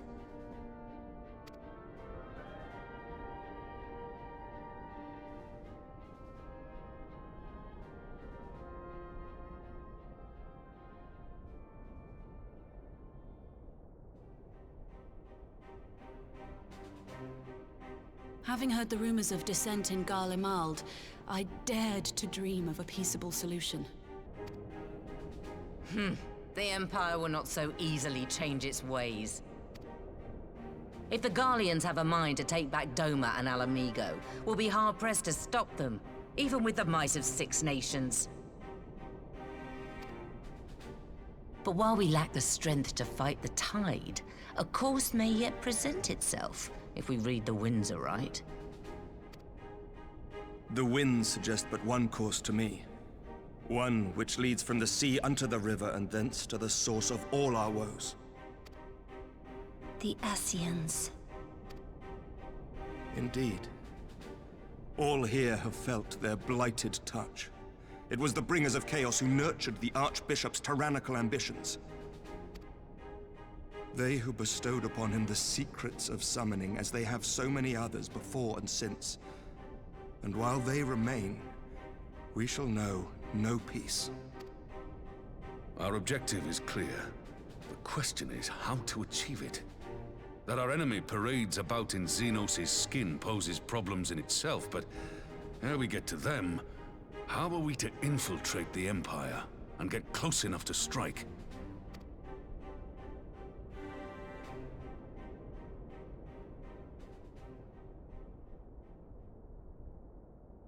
While I see the wisdom in targeting the Ascians, an assassination attempt on Garlean soil would do little to aid our cause, even were it to succeed. It's time we used our enemy's preferred tactic: subterfuge. You have an idea? Speak your mind, Master Thancred. None here know the enemy better than the Scions, and you mayhap best of all. Whatever it is you propose, we will give it fair hearing. On that you have my word. Very well, Admiral. My proposal is thus. We dispatch the shinobi to Imperial territory. There, they sow the rumor that the Crown Prince perished in the battle for Alamigo, and that the man parading around is in fact a corpse inhabited by a servant of darkness.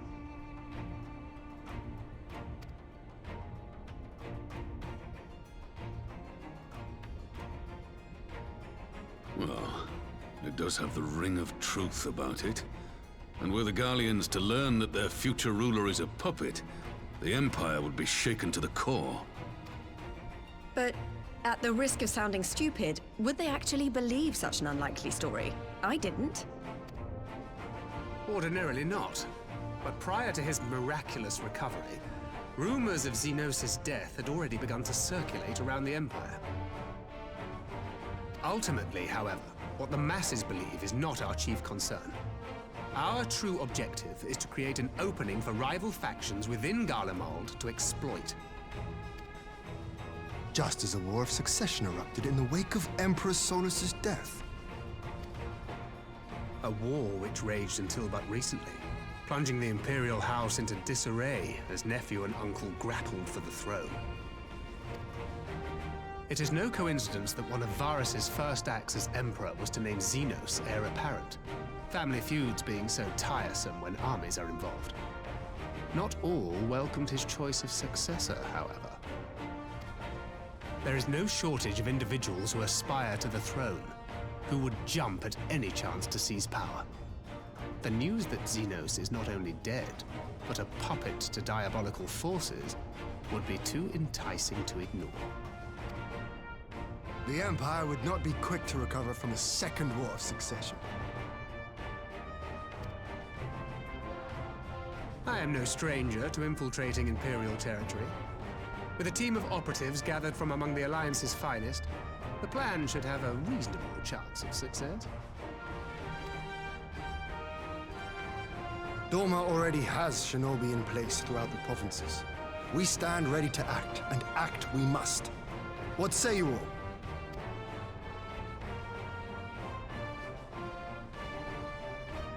I'm for Master Thancred's proposal. We shine a light upon the Ascian and test the Empire's unity.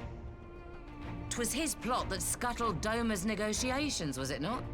Why then, if we can eliminate him, there may yet be a chance for peace. Let us wage this war of subterfuge, that we may one day lay down our arms. Gods know we never will while the Ascians remain.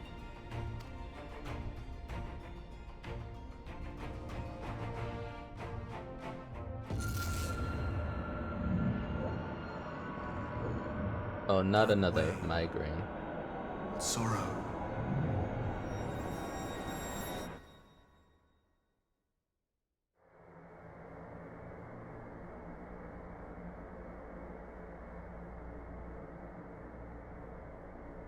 History must be changed. History must be changed. Ahead looms a calamity. Ahead looms light, expunging all form and life. What's the matter?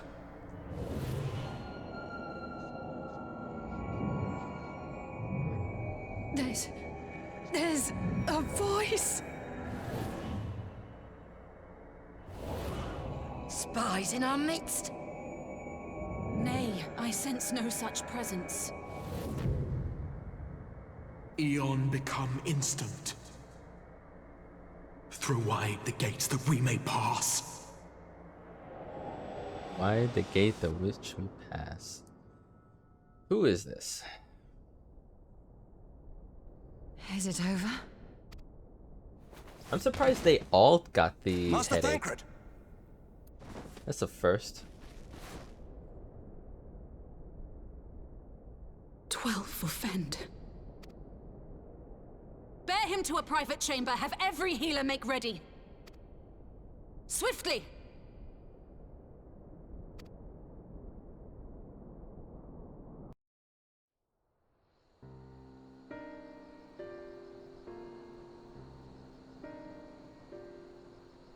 Master Thancred remains in slumber.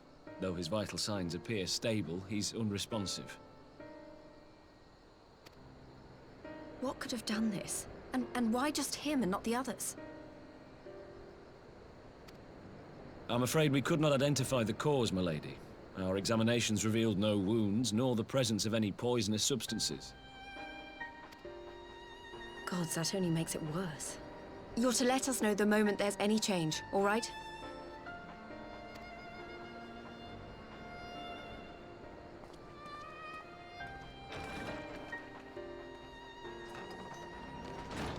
Thank you for coming. Knowing Thancred, he would apologize for being otherwise engaged at so crucial a juncture.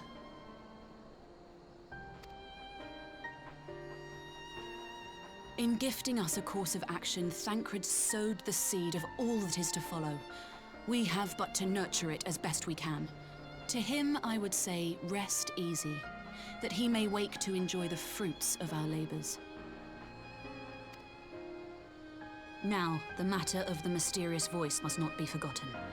Will you tell me exactly what happened? Alizé and I heard a voice in the moments before Thancred collapsed. It was accompanied by a severe headache, as if something were clutching at our minds. Did you experience the same thing?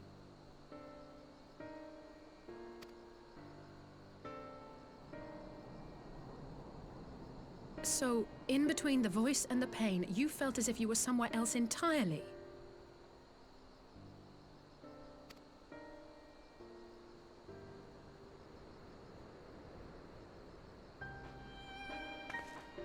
Your testimony confirms my suspicion. That which you experienced was, I believe, your soul being plucked from your flesh. Called. Called?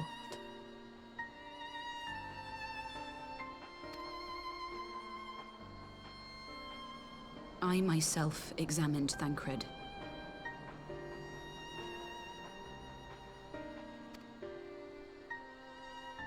Reach out as I may, I could not sense in him the spark of life that is his soul.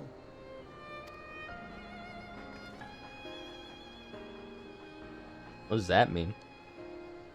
That Thancred alone was stricken so is likely due to his heightened sensitivity to the effects of ether. A consequence of his prior possession by the Ascian La Hebrea. The owner of the voice, whoever it may be, reached out to you, called your souls, and in so doing, caused you and yours such pain.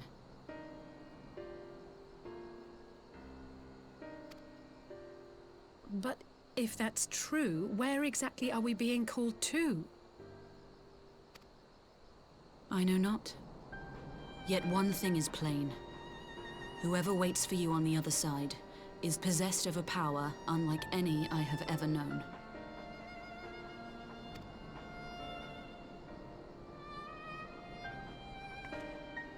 Forgive us, Lys, but may we leave Thancred in your care for a time?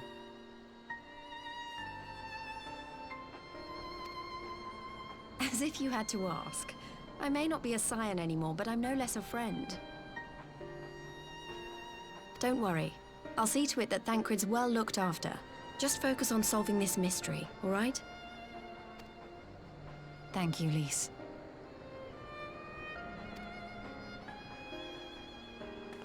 As the Elder Seedseer says, 'tis no ordinary individual we are dealing with. Nor can we discount the possibility of Ascian involvement. Whoever or whatever is behind this, the sooner we find out, the better.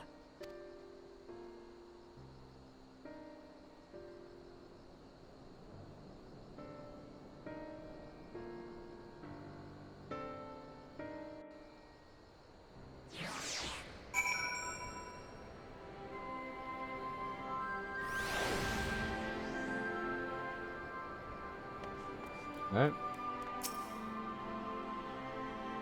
That seems to be responsible and must take steps to protect ourselves.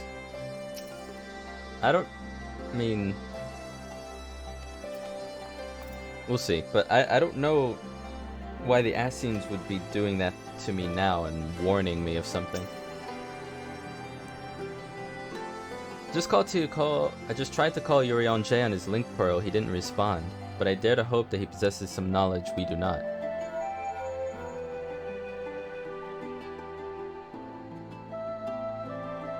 Ah, Urion J. Something happened during the meeting. Thancred's collapse, a disembodied voice suddenly started. What? But that's... We should talk about this in person. Alright, we'll meet you there. That was Urion J. He heard his voice, too. In Thanalan? As we alone were afflicted at the meeting, I had my suspicions. But if the voice who spoke to Urion J, there can be little doubt. The Scions were targeted specifically. By whom and to what end is the question, one to which we must find an answer with all possible haste. Also, here's an emo for your troubles.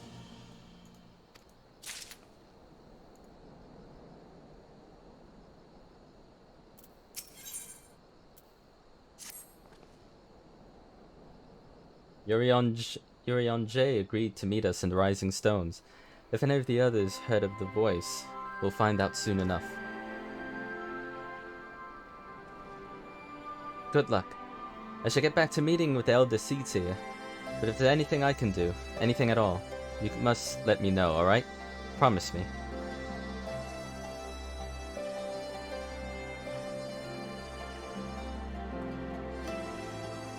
Right. Let us be on our way.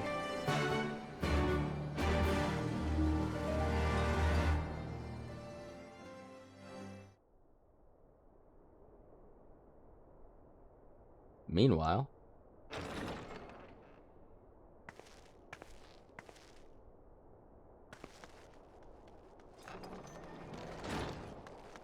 What's he up to?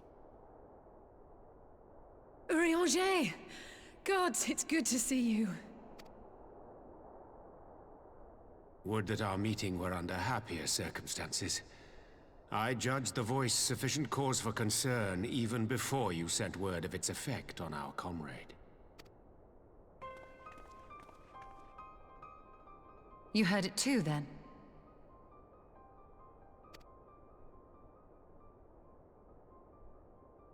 Aye.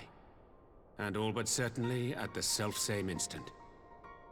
Alas, pained as I was, I could make little sense of what few words did then reach mine ears.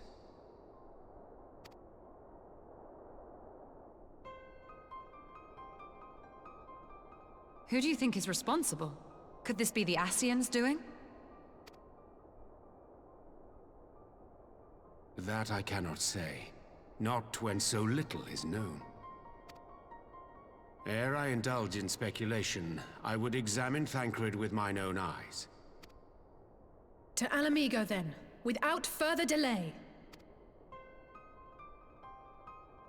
One other thing. During my visit to the Far East, I observed a strange phenomenon. Thou referest, I presume, to the localized reduction in etheric density. Yes, that.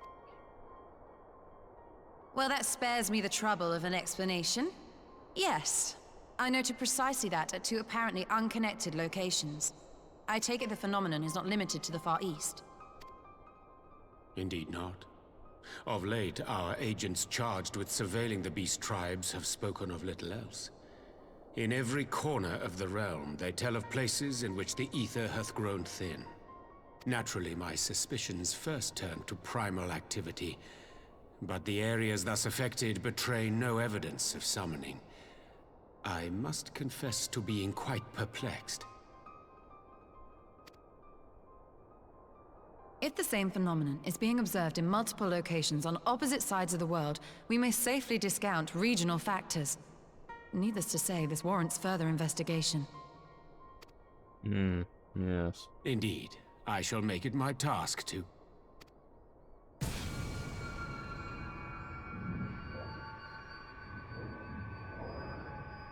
The voice.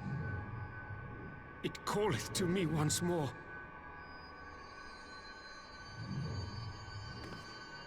You good?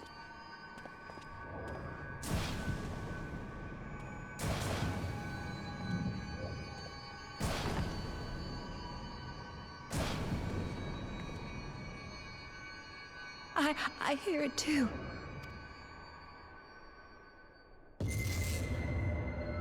Only you. Only you. No!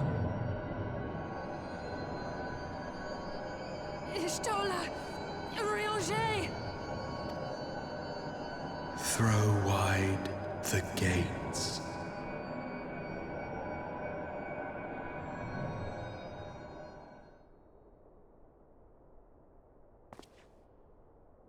No! No, this can't be happening!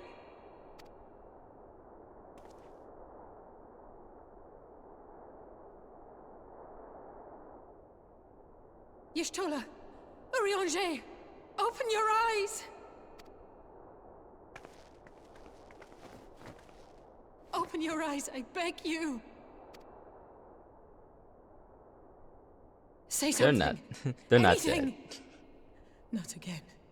Please, not again.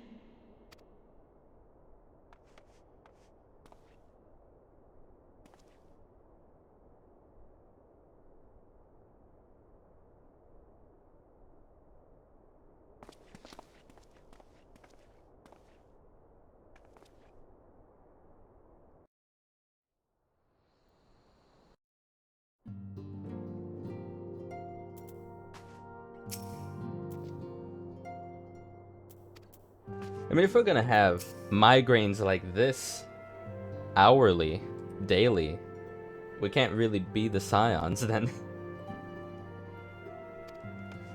Just gonna be collapsing every so often. Every conversation we have. Forgive me. That was an unseemly display.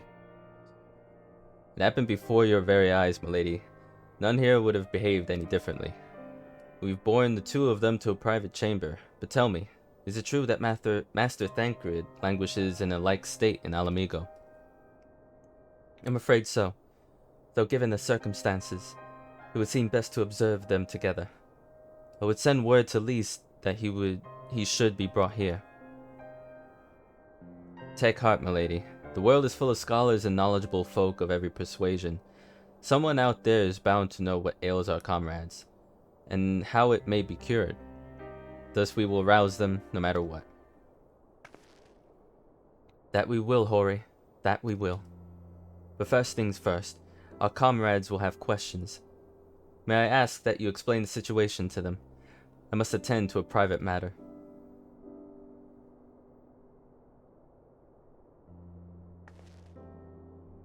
Oh, but I promised I'd visit someone in Limsa. He's been waiting at Maelstrom Command for a while now. You know, you should come along too. I think he'd be glad to see you. Who?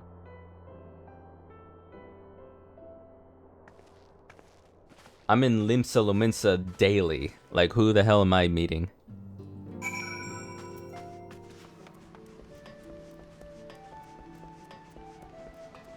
I have a hunch about what that voice is. I want to see it before I say it, though. Because there's no way that's Ascians. Ascians don't do that kind of thing. I feel like. I mean, maybe they would, but... It seems like a weird plot to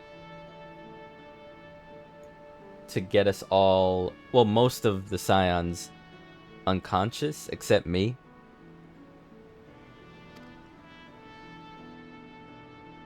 Probably have guessed it's Gabu we've come to see. The private here will bring him out to us. Ever since the Maelstrom took him in, we've tried to visit as often as we can. After what befell our friends, I was taken by the urge to visit again. It's difficult to explain.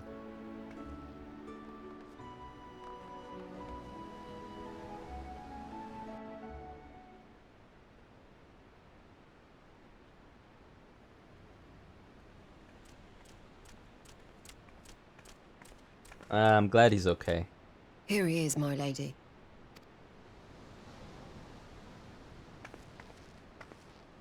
Been a while since we've seen him. Gabu, it's been too long.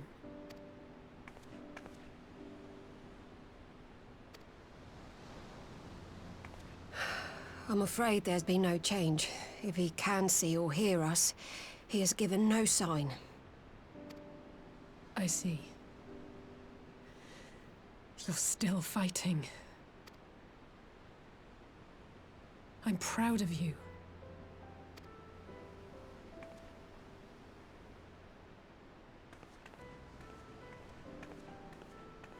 We promised that we would come and visit you together, didn't we?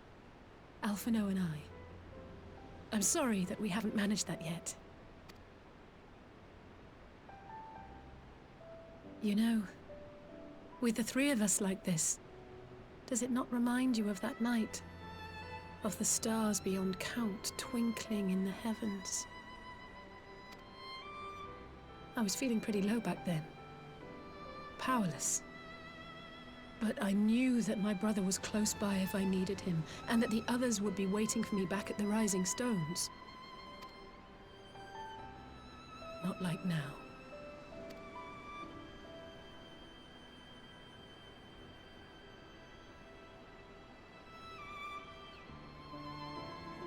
I've seen my share of trouble since coming to Eorzea. Been reminded again and again of my limitations, of how little I can change about this world. And I've come to know the sorrow of parting all too well. But to have the people I hold dear struck down before my eyes, and be powerless to help them, that I cannot bear.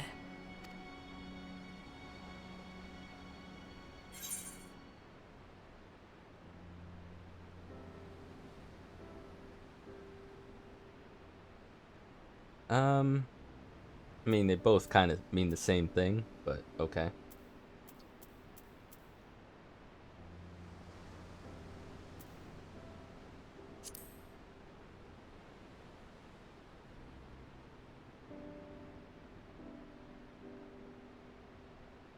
No, I don't. You're right. It's pure arrogance to imagine I can solve everything by myself. You'd think I'd have learned that by now. Thank you. I don't know what I'd do without you.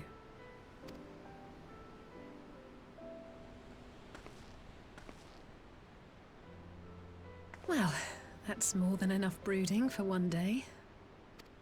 Come on. We have friends to save.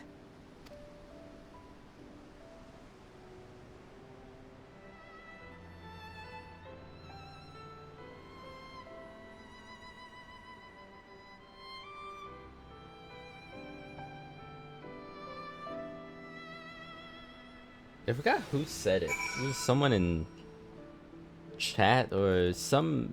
It was someone or some bit of lore that said Alice had a thing for the Warrior of Light. And whether that thing was admiration or something more, I don't know how I would feel, like, beyond what has just happened, how I would feel about that actually being true.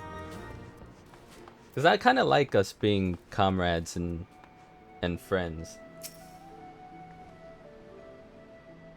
Let's return to the Rising Stones and take it from there. Okay. Thanks for agreeing to come. It meant a lot to me. Wait, so Gabu is literally just... That's it then. They just brought him out here for a few minutes. The little one is safe with us. I hope so. And if I remember correctly, it was one cutscene where he was first going through it, to say the least, that he did speak briefly, but it was like one of the last things he said to Alice. I don't remember what it was. It may have been just a thank you or something, but he's been mute ever since.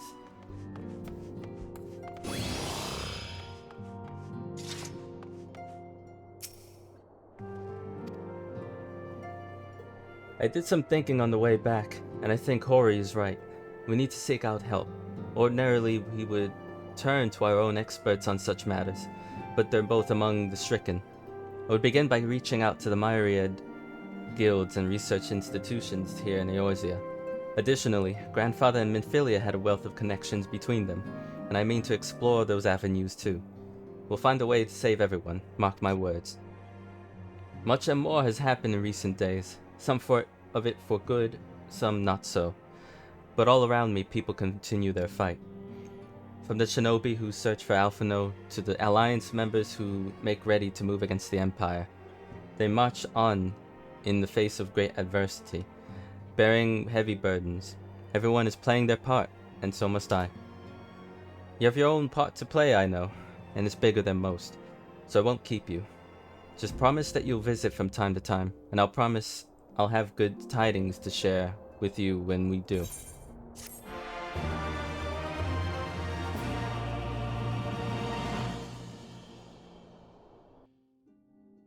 More cutscenes! Meanwhile, in the Imperial Palace, I have to say it like that because the amount of times that said that in this expansion. Jesus.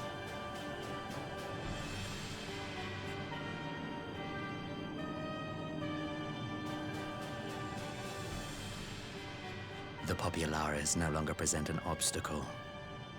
Now is the time to bring the Empire's might to bear. A word from your radiance is all it takes. But one word, and the Imperial army will fall upon Alamigo as a pack of bloodthirsty wolves and tear that feeble nation apart.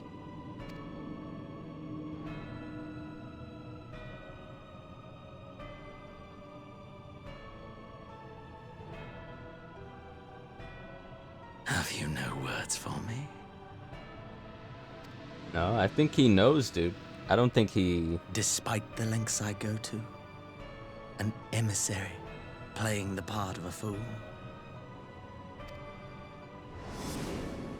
When first I took this face, I swore to use all of my knowledge, all of my power, to further the cause of the Empire.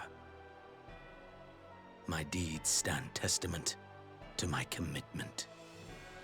That's interesting. So that's what Xeno saw that we didn't see and with earlier. This adamant flesh at my disposal, I could destroy the Icon Slayer as easily as one might swat a fly.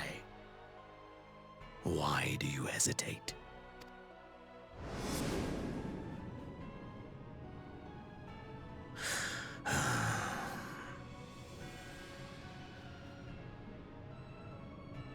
Our enemy is resourceful. Though victory is certain now, it will not remain so indefinitely. Deliberate if you must, but be quick about it. We'll speak again when you have unburdened yourself of doubt. Until then, I take my leave, Father. Yeah, okay. Father.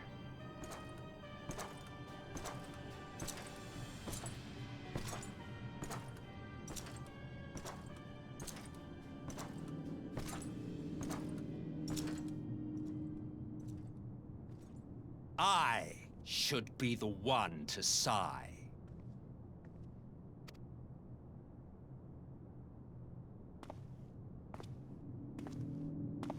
I played my part to perfection.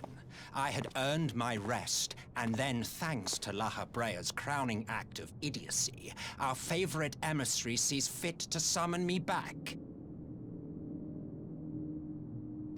Who be you? Elidibus was ever a warrior. A most tiresome trait, would you not agree?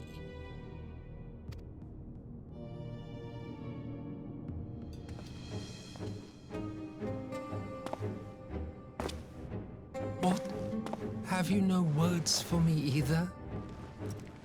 No matter. I've long grown weary of this mummery. Now, my dearest grandson, let me remind you of your place in the simplest of terms. Grandson.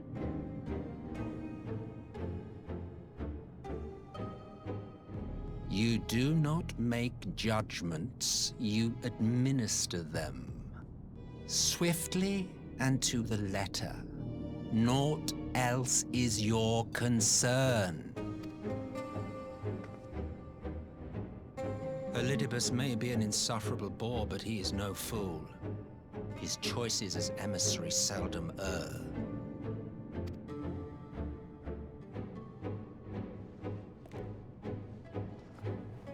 If aught threatens the balance twixt light and dark, it falls to you to remove it. Be it by your own hands or by your armies, you have ample means at your disposal.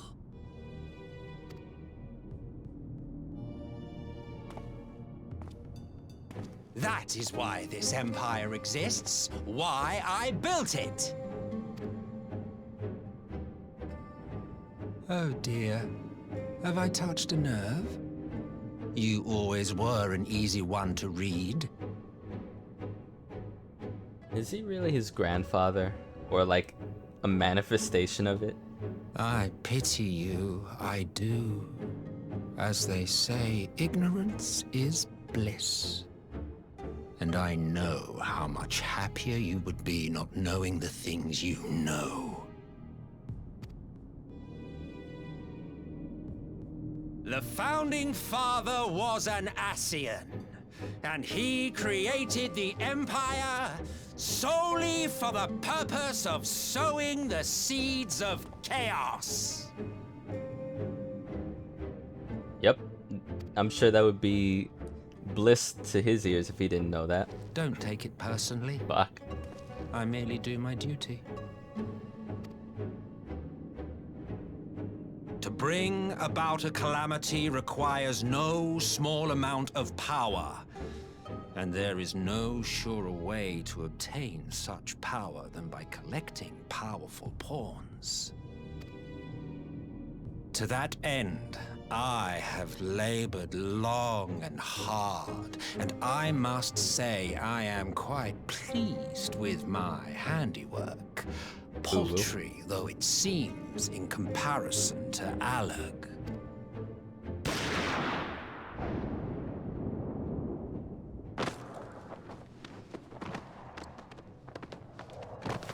Didn't even need to say a word. You fiends are overfond of your own voices.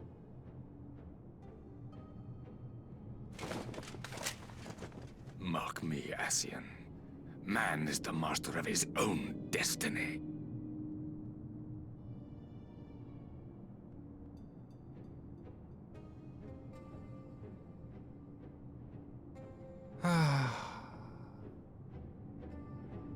Such a waste of time and energy. Both yours and mine. I mean, what'd you expect? He's an Ascian. You can't just shoot him and make him go away. Lest you forget you are Emperor now. If you wish to spout drivel about man's destiny, save it for the masses. It will serve to give them a sense of purpose, and you, pliant pieces for the game.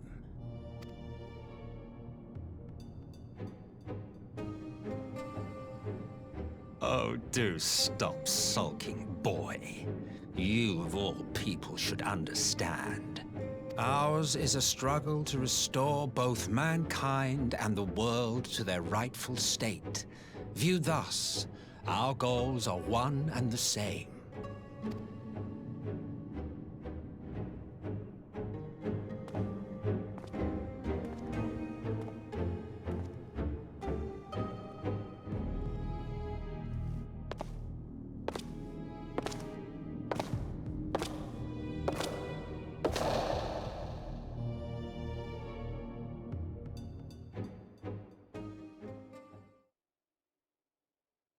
You're well at a resistance encampment somewhere in the Empire.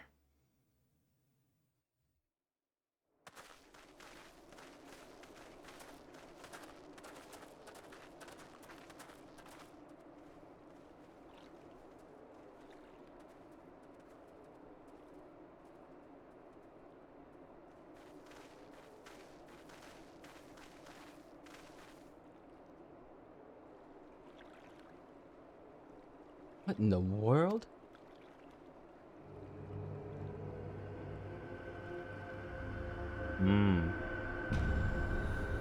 His people, the Shadowhunters people, I imagine, right?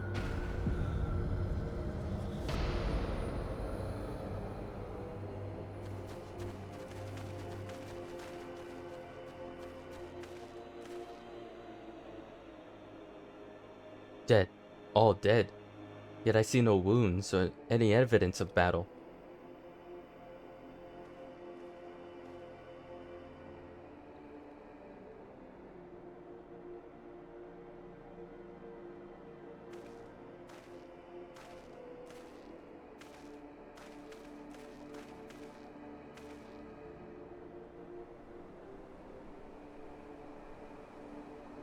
Damn them. They finally used it.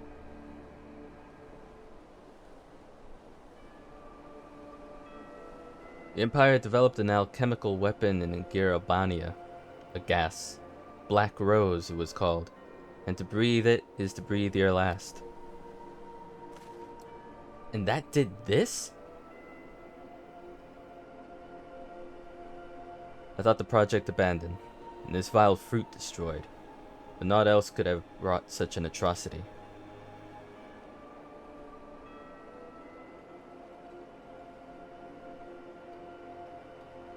Fools. What do they hope to gain from this butchery? Can they not see that a rule won through terror will not endure? How many more provinces must they lose?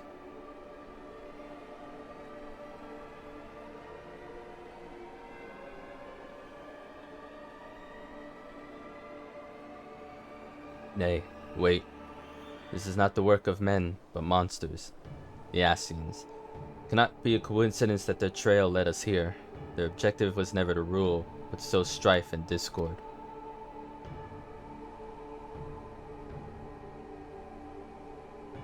But your crime does indeed bear the mark of bringers of chaos. Black Rose cannot be allowed to kill again. We must find the Assassins and put an end to their plot.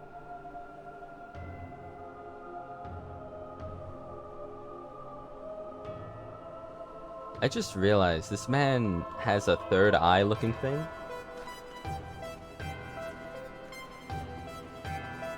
The music.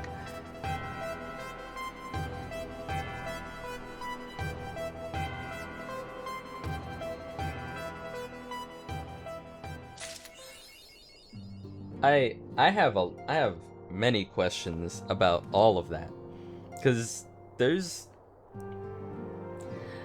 usually, maybe all the time, I only see Assassins with the third eye. But this man is a shadow hunter and a hunter specifically of Assassins, and he collects their masks, which is badass, but like, how? Like, what's his history? Hold on, I have to organize the food I won't eat.